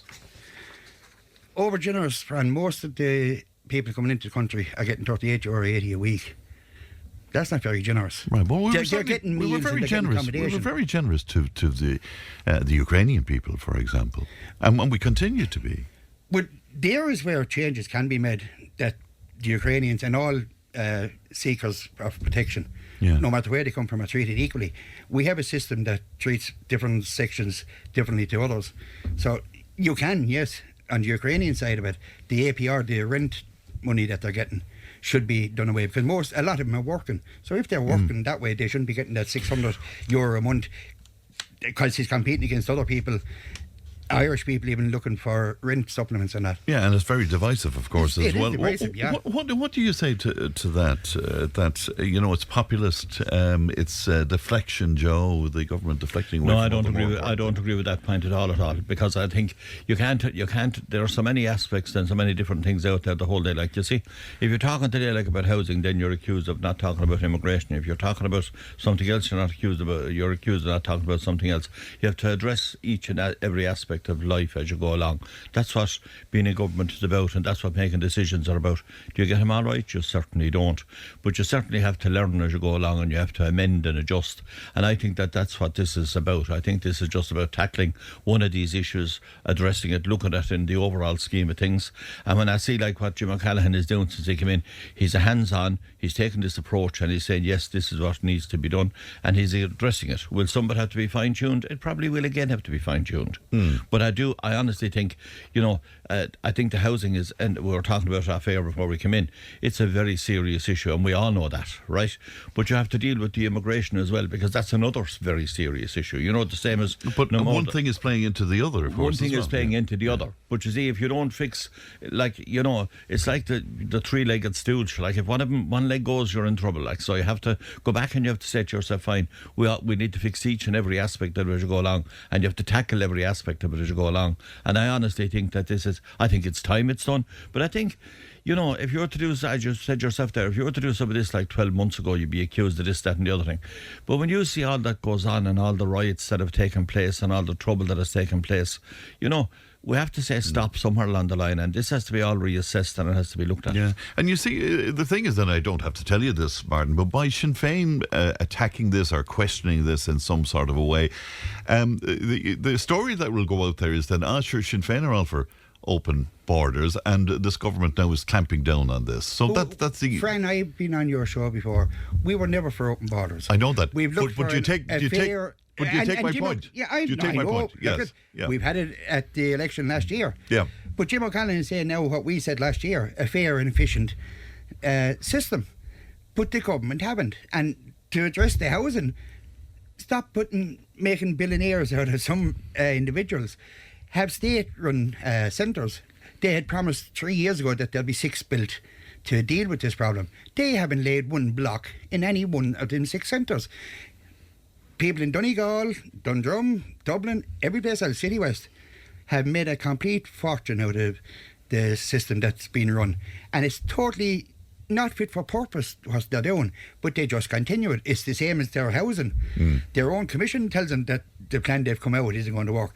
The immigration situation is the exact same. They have been told by different people what way to handle it, but they just continue to make a complete billionaires out of some people. Right. Pat, what about that notion that, this is populist kind of stuff, really, and it's deflecting from... No, I wouldn't agree with it. Look, government have to listen. They have to listen to the people. They have to listen to can I stop you for a moment there, because I know that to save people's money on text and WhatsApp, they'll be screaming at me. Why didn't they listen years ago? I mean, when people were telling them this. This was relatively new, and in fairness, now we are a country of welcomes. Yeah. And we did see that, like, when we had trouble in this country here, our people left our shores and went to America for a better life. Don't bring up that. No, I will bring it up. We went to England. Yeah, I know, but it's a tired... You know what I mean? Yeah. But it's there. The fact is that...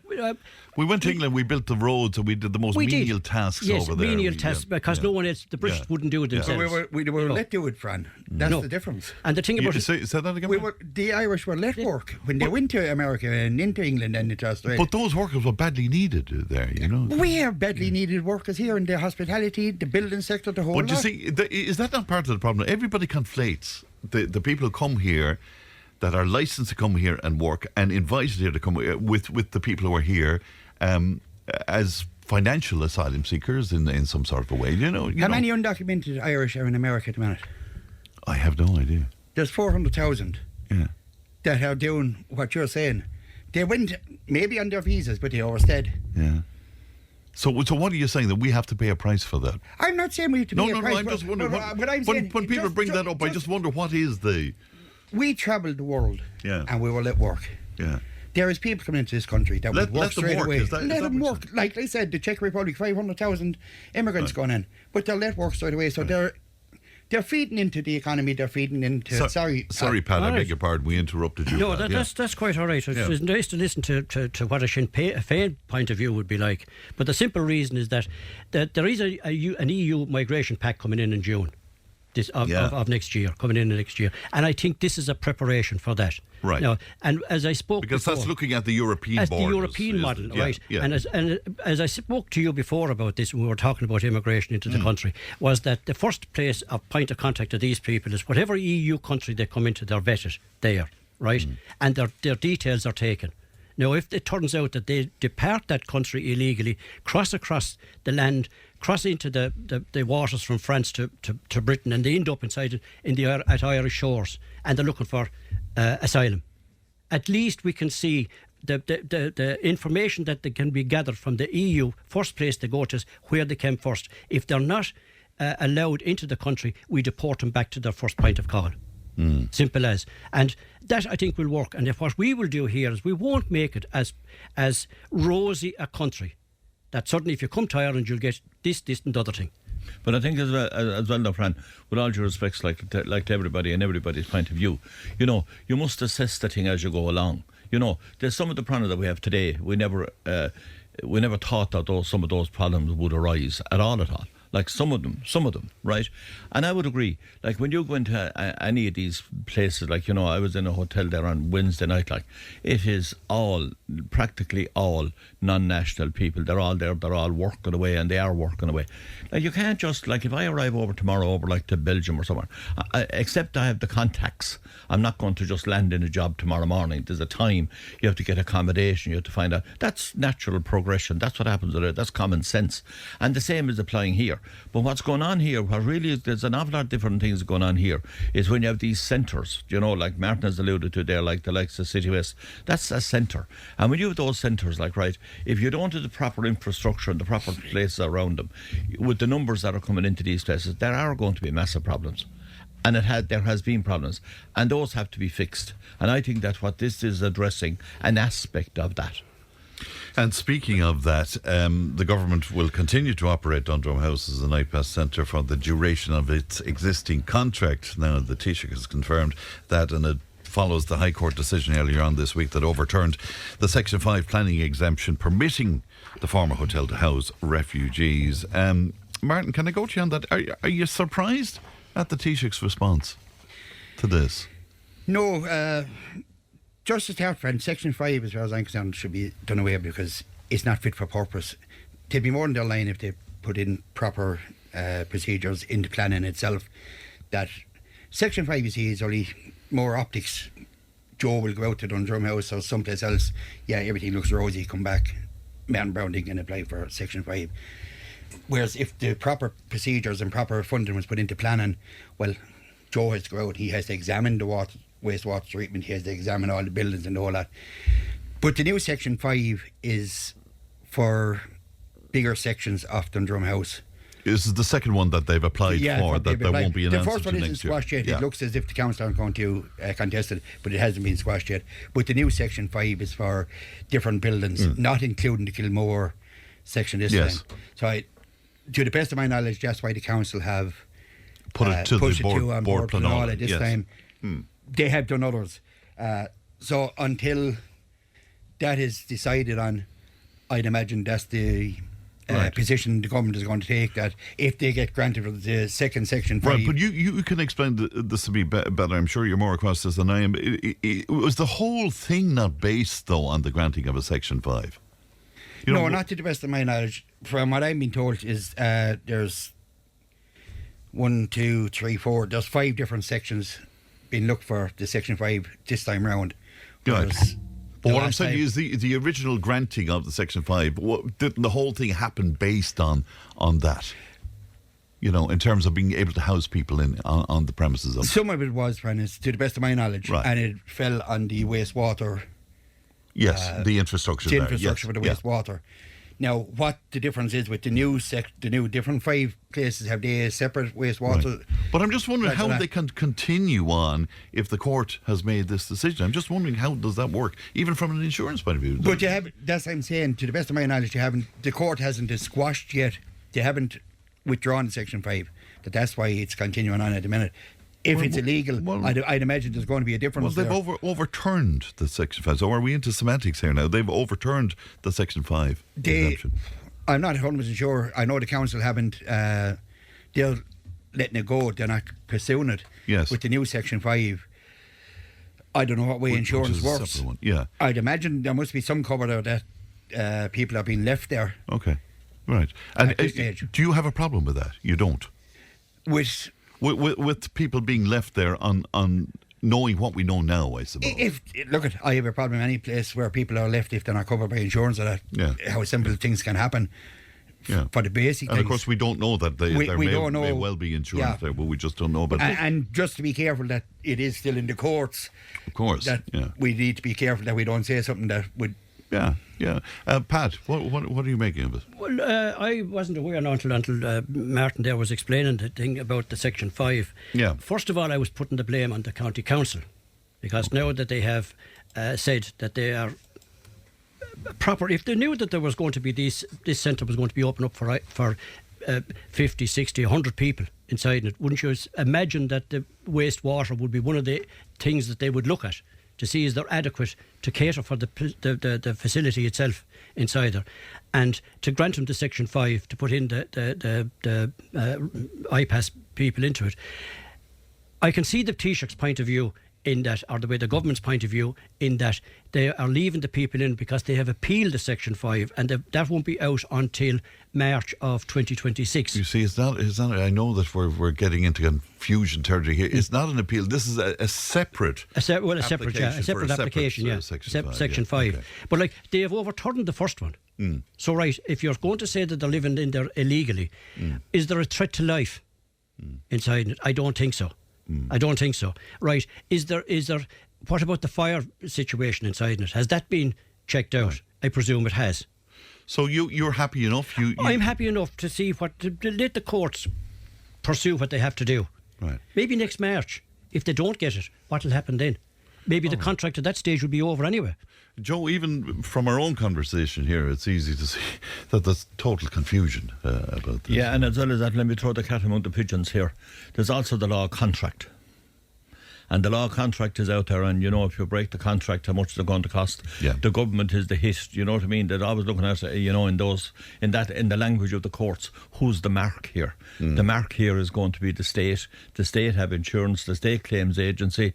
If you break my contract, I'll go to, and no doubt off it will take, and it'll cost an arm and a leg. So you're probably better off to say, right, let's have a look at this here, and let's see this contract out, leave well enough alone, let the courts decide. The courts are a big body, they move extremely slow, and you got to do a thing called play for time, and we move on. Fran, just before you move on, this is stuff that's coming out from the council, is that the true position in relation of the wastewater treatment system was not known by the Planning Authority. I think that's part of the problem with the Section 5. It is. And then it is given that the current IPAS centre is operating without a valid Section 5 declaration, how long will this be allowed to continue? And as the Section 5 declaration made by the council in January 25 has not yet been squashed by the High Court, though they do anticipate that this may happen in the coming weeks. However, the Planning Authority wish to clarify that the existence of a Section 5 declaration does not preclude the council from pursuing unauthorised development.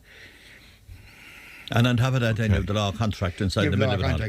And when you have the law contract, there's a written agreement there that is there, and if you break that written agreement, there's a penalty to pay by somebody somewhere. As Joe said, I'd imagine that until it is actually squashed or that completely overturned, that's the state insurance. Okay, so there's still more to come, you're saying, where this is concerned. Even though, I'm no lawyer, as you know, but I wonder if the contract was based on certain information that now maybe we're looking at and saying that wasn't quite what... let me answer it this way. That's for the judges to decide. Go through the process. They still go through the process. It's an 8.5 million contract. Yeah. And you can imagine if that contract is broken. But that's what I'm saying about the Section 5s. It isn't that you have to go out and examine everything forensically to pass it. And this is where part of the problem is around the country. Yeah, it's a different. It's an exemption. And on top of that, yeah. then, Fran, to come back to Pat's point there, if you broke that contract, just say, for example, that was 25 million, and you broke that, and look at the war then and the eruption that we told you not to do this, we told that because of break contract. Sometimes all you can do is just get the advice, sit and wait. All right, okay. Well, let's sit and wait until after the ad break, and we'll be back with more. Tipp FM's Tip Today. With Slattery's Garage Puckon. Now is the time to pick up your next van. From the award-winning Peugeot Partner van to the Expert and the load-lugging Boxer van. We have big vans, high-roof vans, long wheelbase vans. You'll find them all at Slattery's Garage Puckon. See slatterysgarage.ie. Tipp FM's Tip Today. With Slattery's Garage Puckon. It's time to change. Test drive the award-winning range of Peugeot hybrids and fully electric vehicles at Slattery's Garage today. See slatterysgarage.ie. And you're very welcome back to our Friday panel. And Joe Leahy is with me, Martin Brown and Pat Mullally as well. Now, earlier on this week, farmer Morris Leamy joined us on the show to share his concerns around the whole processing of halal meat in Ireland. Now, following that, we organised to speak to Dr. Umar Al-Qadri, who is chairperson of the Irish Muslim Council, and he addressed the concerns, and he told us that he believed all animals should be stunned before slaughter in halal fashion. Now, that surprised an awful lot of people. Joe, can I start with you where that's concerned? Halal. I mean, were you across this? Were you aware about? No, I wasn't, Fran, and I didn't hear that. I didn't hear that aspect of it on the show during the week either. But I didn't. But I would have assumed, like, that all animals, that they would be stunned in some fashion. Like when I, printed out a small bit of there, you're reading and to say no, they can't be gassed and they can't be this. That it has to be a different type of stunning and all that. To me, that's gone into religion. That's probably a bit too extreme. Yeah, I would imagine that animals probably should be stunned, but how they, you have to hang them up and let the blood drain out of them, and I hope anybody isn't having a late breakfast. Yeah. Having a late breakfast at this stage while we're on this. But the reality of it is, you can bring these things way too far as well. You know what I mean? I think a lot of this has maybe got to do with the religious beliefs and all that. Yes, it is. Yeah. I wouldn't like to see animals, cruelty to animals in any shape or form, but at the end of the day, I think there's only so far you can go with some of these things, Right. I know that after speaking to Dr. Umar, though, my eyes were open to an awful lot of what goes on. I thought this stun gun, in fact, for ordinary slaughter, if there's such a thing, yes, killed the animal, but it didn't. It stuns the animal, so they can basically do what the halal butchers do anyway, which is to cut the throats and. Yeah, but I suppose isn't that the method that has always been used? And if somebody don't mention something about it, it continues on. Isn't that what we do in life? Like, nobody's going to come in and we'll change very little except as a complaint or an issue. Yeah. And then it is when the complaint and the issue arrives then that we start addressing all these things. I honestly think myself that I think animals, they need to be stunned, they need to be taken out before you inflict the ultimate pain. But the other side of the kind of, they're animals and it happens so quickly. And I don't want to sound crude or rude, but it happens all so quickly. Like, what do you do? Like, where do you stop the butchering? Like, why is a butcher a butcher? Why are they called a butcher? Because that's the job they do and that's what they do. And killing animals falls into that bracket. And many of us, of course, are eating meat and enjoying our meat and stuff, but we don't want to know about the gory details. Oh, not at all. Not at all. All you want to know is, how much it costs. Martin, you were listening to Dr. Umar. You were kind of impressed with him, were you? I was, Fran, yeah. Look, as the same as yourself and others, up to the other day, I didn't know that they were being stunned in that method. And he explained it very well, what actually the whole system, and has put it out there that as far as he's concerned and Muslims are concerned, all animals should be stunned before they're slaughtered.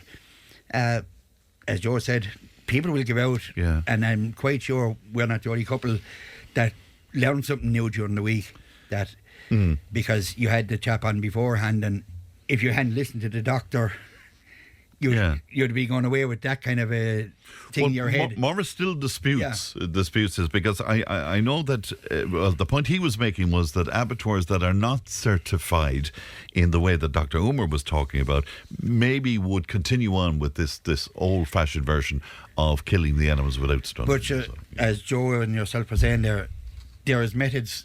There's people doing it in their own sheds and they're killing animals for their own consumption at home. They may not be butchers. They may be working in butchers or retired butchers. They're doing it at home. And we don't know what's happening. There's no rules and regulations. There's no rules or regulations.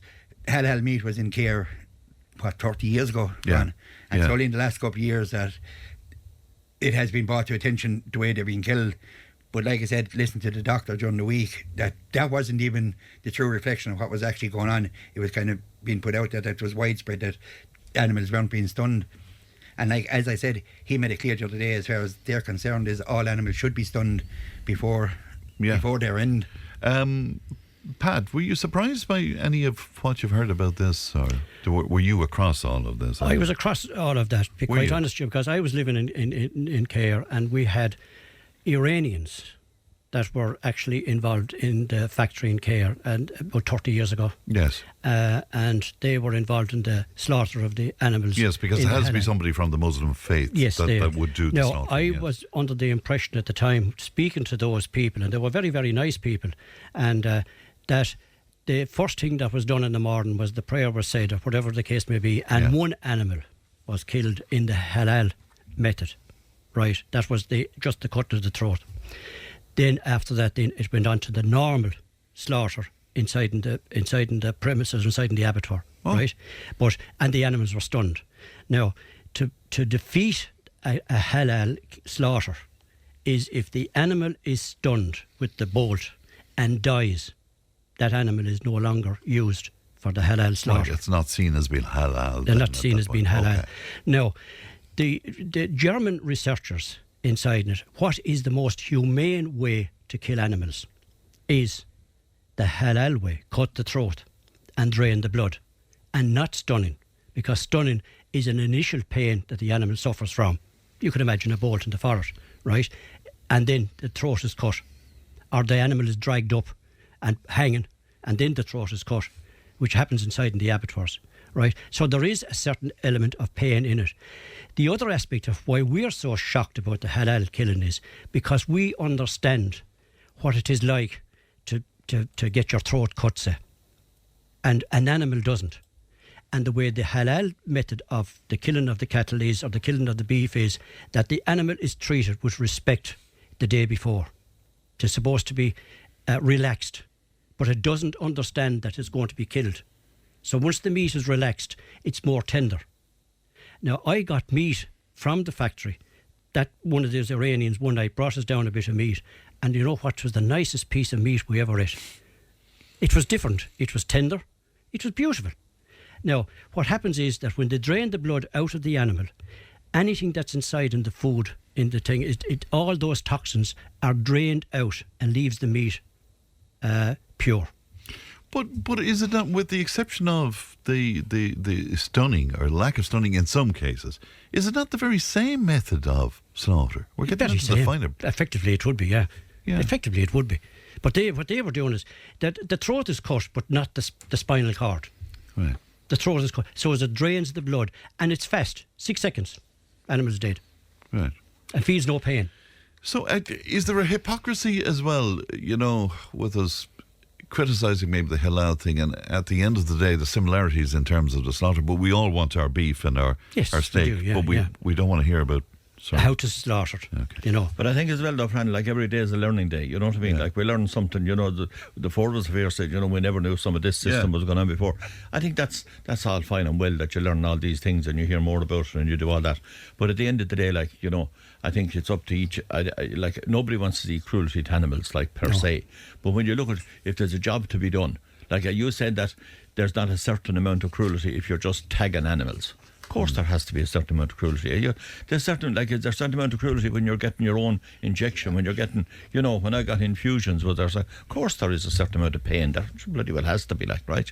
You know, so there's an element of what you have to accept and what you don't have to accept. One of the listeners is saying, I can't believe what we are at now with people defending halal butchering and just going, well, I don't think anybody's defending anything really. It's just, we're not defending we'll all give up meat.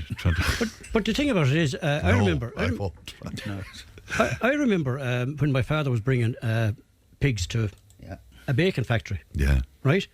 You dare not use a stick when you're bringing that meat to the factory, bringing the live animal to a factory. There you don't use a stick on them. Why? Because the simple reason is you'll destroy the meat. The meat was tested, right? And it was graded. Oh, sorry, I got you wrong. So you weren't allowed to use You weren't allowed to use it. Okay. No. Right. The animal was treated with a bit of respect in the sense, but if you did mark the animal with a stick, if somebody hit the animal, the meat is tainted because naturally enough it is bruised and it will come up black inside, and that piece of meat won't be used, and you won't get the grade 1 price or the grade A price. All right. Let me take my final break. We'll be back with our panel in a moment. Tipp FM's Tip Today. With Slattery's Garage, puck on. It's time to change. Test drive the award-winning range of Peugeot hybrids and fully electric vehicles at Slattery's Garage today. See slatterysgarage.ie. If it matters to you, it matters to us. Call Tip today on 1800 938 007. And welcome back to our panel. And Martin and Pat Joe still with us here. On yesterday's programme, Leanne took a deep dive into this every 15-minute programme, which is a stateside initiative to help to inform young people about the dangers of driving under the influence. Now, it's kind of graphic. It involves staged deaths, the presence of the emergency services, even mock death notifications with the aim to highlight the trauma that is experienced with real-life road collisions. Now, with so much carnage on our roads in the recent past, do we need to look at extreme measures to get it across the people? Pat, do you want that first of all? It's very extreme. I'm not sure how much you know about that, but I mean, I was taken aback by it. Do we need something extreme at this point? I didn't know about it until you covered it yourselves, and I looked into it again to see what this thing was about. And to be quite honest, it is too extreme. I know that there is a shock factor. Yeah. In it, and a shock factor seems to resonate with young people in the sense that, okay, look, it was awful, or whatever the case would be, or did you see the programme last night on TV? Wasn't it awful? And suddenly the day is gone and there's no more thought of it. I wouldn't be surprised having such a graphic thing inside in the States, because unfortunately some of the people there are so thick to understand. It wouldn't be like us here in Ireland, but they have to be. Yeah, sure, Pat. You know. But I do think that there was an ad on television one time, I think it was from the Road Safety Authority, whereby somebody was texting on a car and there was a child in the lawn. Oh yeah, I remember. Do you remember that? I remember. Well, the car overturned. And the car overturned and flew through the hedge inside it, and obviously there was carnage inside it, or whatever the case would be. And I think that was only a dramatisation, but it was a shock factor. Or the guy going up the road and he was drifting because he was answering his phone. Right, he was moving out to the centre and another car coming against him. But are they effective, those graphic ads? I wouldn't like to see what happened in the States with the every 15 minutes. Yeah. This thing of putting people, going out to the houses and telling them that their son or daughter was dead, or telling their friends that they're dead, and they were believing that this is after happening, and the shock of it. As some of your contributors this morning said, that was like a mock execution. Yeah, just the sheer trauma of it. But the trauma of that, that trauma would last with that person for a long time. Just off air, Joe, you were saying about what you're witnessing on the roads at the moment, and you're saying that even if you weren't under the influence of something, it's tough to be on the roads now. Oh, it is. Friend, like driving is an absolute nightmare now. You know, and first and foremost, talking about the subject, like, you know, I certainly, you know, feel extremely sorry, and our sympathies go out to everybody who has been affected by, you know, loss of life, you know, in every form, but especially on the roads. Since they were talking about that subject, but I was actually up in Monaghan in RD on that morning, the morning of that sadly fatal accident. But to see the speed of people, like, you know, to notice, like, say, driving at 7:30 a.m, you know, you'd meet a few cars. You know, 10 minutes later, 20 to 8, the whole world has changed. Because people's going to work, starting at 8 o'clock, everyone is in such a galloping hurry. All at the same time, All at the same time. And one of the problems that we're facing, I didn't see the piece that Leanne has researched, I didn't see that. But the reality of it is, we can't leave the things go as they are going this minute. You know, I was speaking there the other day to Michael Murphy, chairman of the committee on this, and you're looking at something has to be done to change this. Because unfortunately, there are more and more people getting killed every day and every week on the roads. And if we don't do something, we're certainly not getting the message home. And this type of approach, though, Joe, is it too much? When you see the famous speed van started out first, gee, it was a great idea altogether. Then all of a sudden within the fortnight it became a money-making machine. Now everyone you go, there's fellas flashing lights at you morning, noon and night, and you know what's coming up. And now they have to have a sign up in advance of you anyway, so what's the point? And they're not on the roads because they can't be on the roads where they should be on. They should be on country roads with the back the roads, grass in the middle of it and all that. All that is non-effective. So what is effective? You know, I was listening to you had a guy on this morning who was a lorry driver being paid, Donal, yeah. And he was saying, like, you know, that maybe they should be down to 1 litre or something. I honestly believe that they should be doing the simple thing, and that when you get your provisional licence for so long, you should be a governor. There should be a governor on your car, every car, that you cannot drive over such a speed, and that's the end of that. And that's all recorded. God almighty, we're in 2025, nearly 2026. You can record anything now. Yeah, and the technology is there. And the to technology do is whatever you there. want, But we have to try and save lives. Yeah. And I don't think we're doing enough to do that. All right, Martin, are you across that 15 minutes programme? I am, Fran. Yeah. And a lot of it I would agree with. The mock deaths, all right, I would have an issue with that. But as Joe and Pat were saying, technology is there that in all our cars, there's a limit of 120 kilometres an hour in this country. All our cars nowadays, it should be setting it as soon as it comes in, that you can't go 140, you can't go 160, 170. There was a fella caught recently 220 or something. That is absolute crazy. The only problem I have with the 15 minutes is it's targeting young people again. I know some of the serious accidents that we're talking about and that it gets raised is that there are young people involved. Yeah. But they are not to blame, because I, like Joe, I've done a lot of travelling, and there's an awful lot more than young people doing this dangerous driving and crazy. Yeah, but the statistics, Martin, is not looking good for young people, you know. It's not looking good. Yeah. One of the problems I have, and I remember the thing that Pat was saying, would you tell me how many youngsters, teenagers that they're trying to target are watching national television or the newspapers from 6 o'clock to 2 o'clock? Yeah. If this has been run out on your TikTok, your social medias and all the media things, yes, I think it would have a massive difference, Fran. But there's no youngsters watching the mainstream media now. So we can spend millions putting it out there on mainstream media, but they won't be able to see it. That's interesting. So even those graphic ads that Pat was talking about there, they're not being watched by who we the want. people that we're trying to target with these. Now, in Donal, again this morning, I passed my test here in Clonmel that I went 25 miles an hour around. I had to drive to Doon the other night. Like, it's crazy that just crawling around the town, you get your licence. You go out, like I said, from Cashel to Doon, it's completely different driving. My own wife doesn't drive, but if I put her at Minogue's roundabout in Cashel in an automatic car, when she starts going, she can drive to Dublin, and yes, something happens. The whole system is complete crazy that we're allowing situations occur. Like, nighttime driving isn't included in your trying to get a passage test of that. Nor motorway driving. Nor country driving. Yeah. Like, as Joe said, when I go into Dublin, I used to go around 6, 7 o'clock. Lovely and quietly got up for Portlaoise, just above Portlaoise. Next thing you have the 3 lanes and they chock-a-block all the way to Dublin and see these people weaving in and out. And so, so I think 15 minutes is grand, but it needs to be right. But so maybe not something as extreme as this, but we certainly need to address. We do, and I think when you're looking, Martin is right. You know, we're not targeting young people. Like, young people are fantastic people. Don't get anyone wrong. Nobody's getting up. Well, sorry, very few are getting up in the morning with the intention of doing harm. Very few. But one of the things that's lacking, I suppose, is a thing called experience.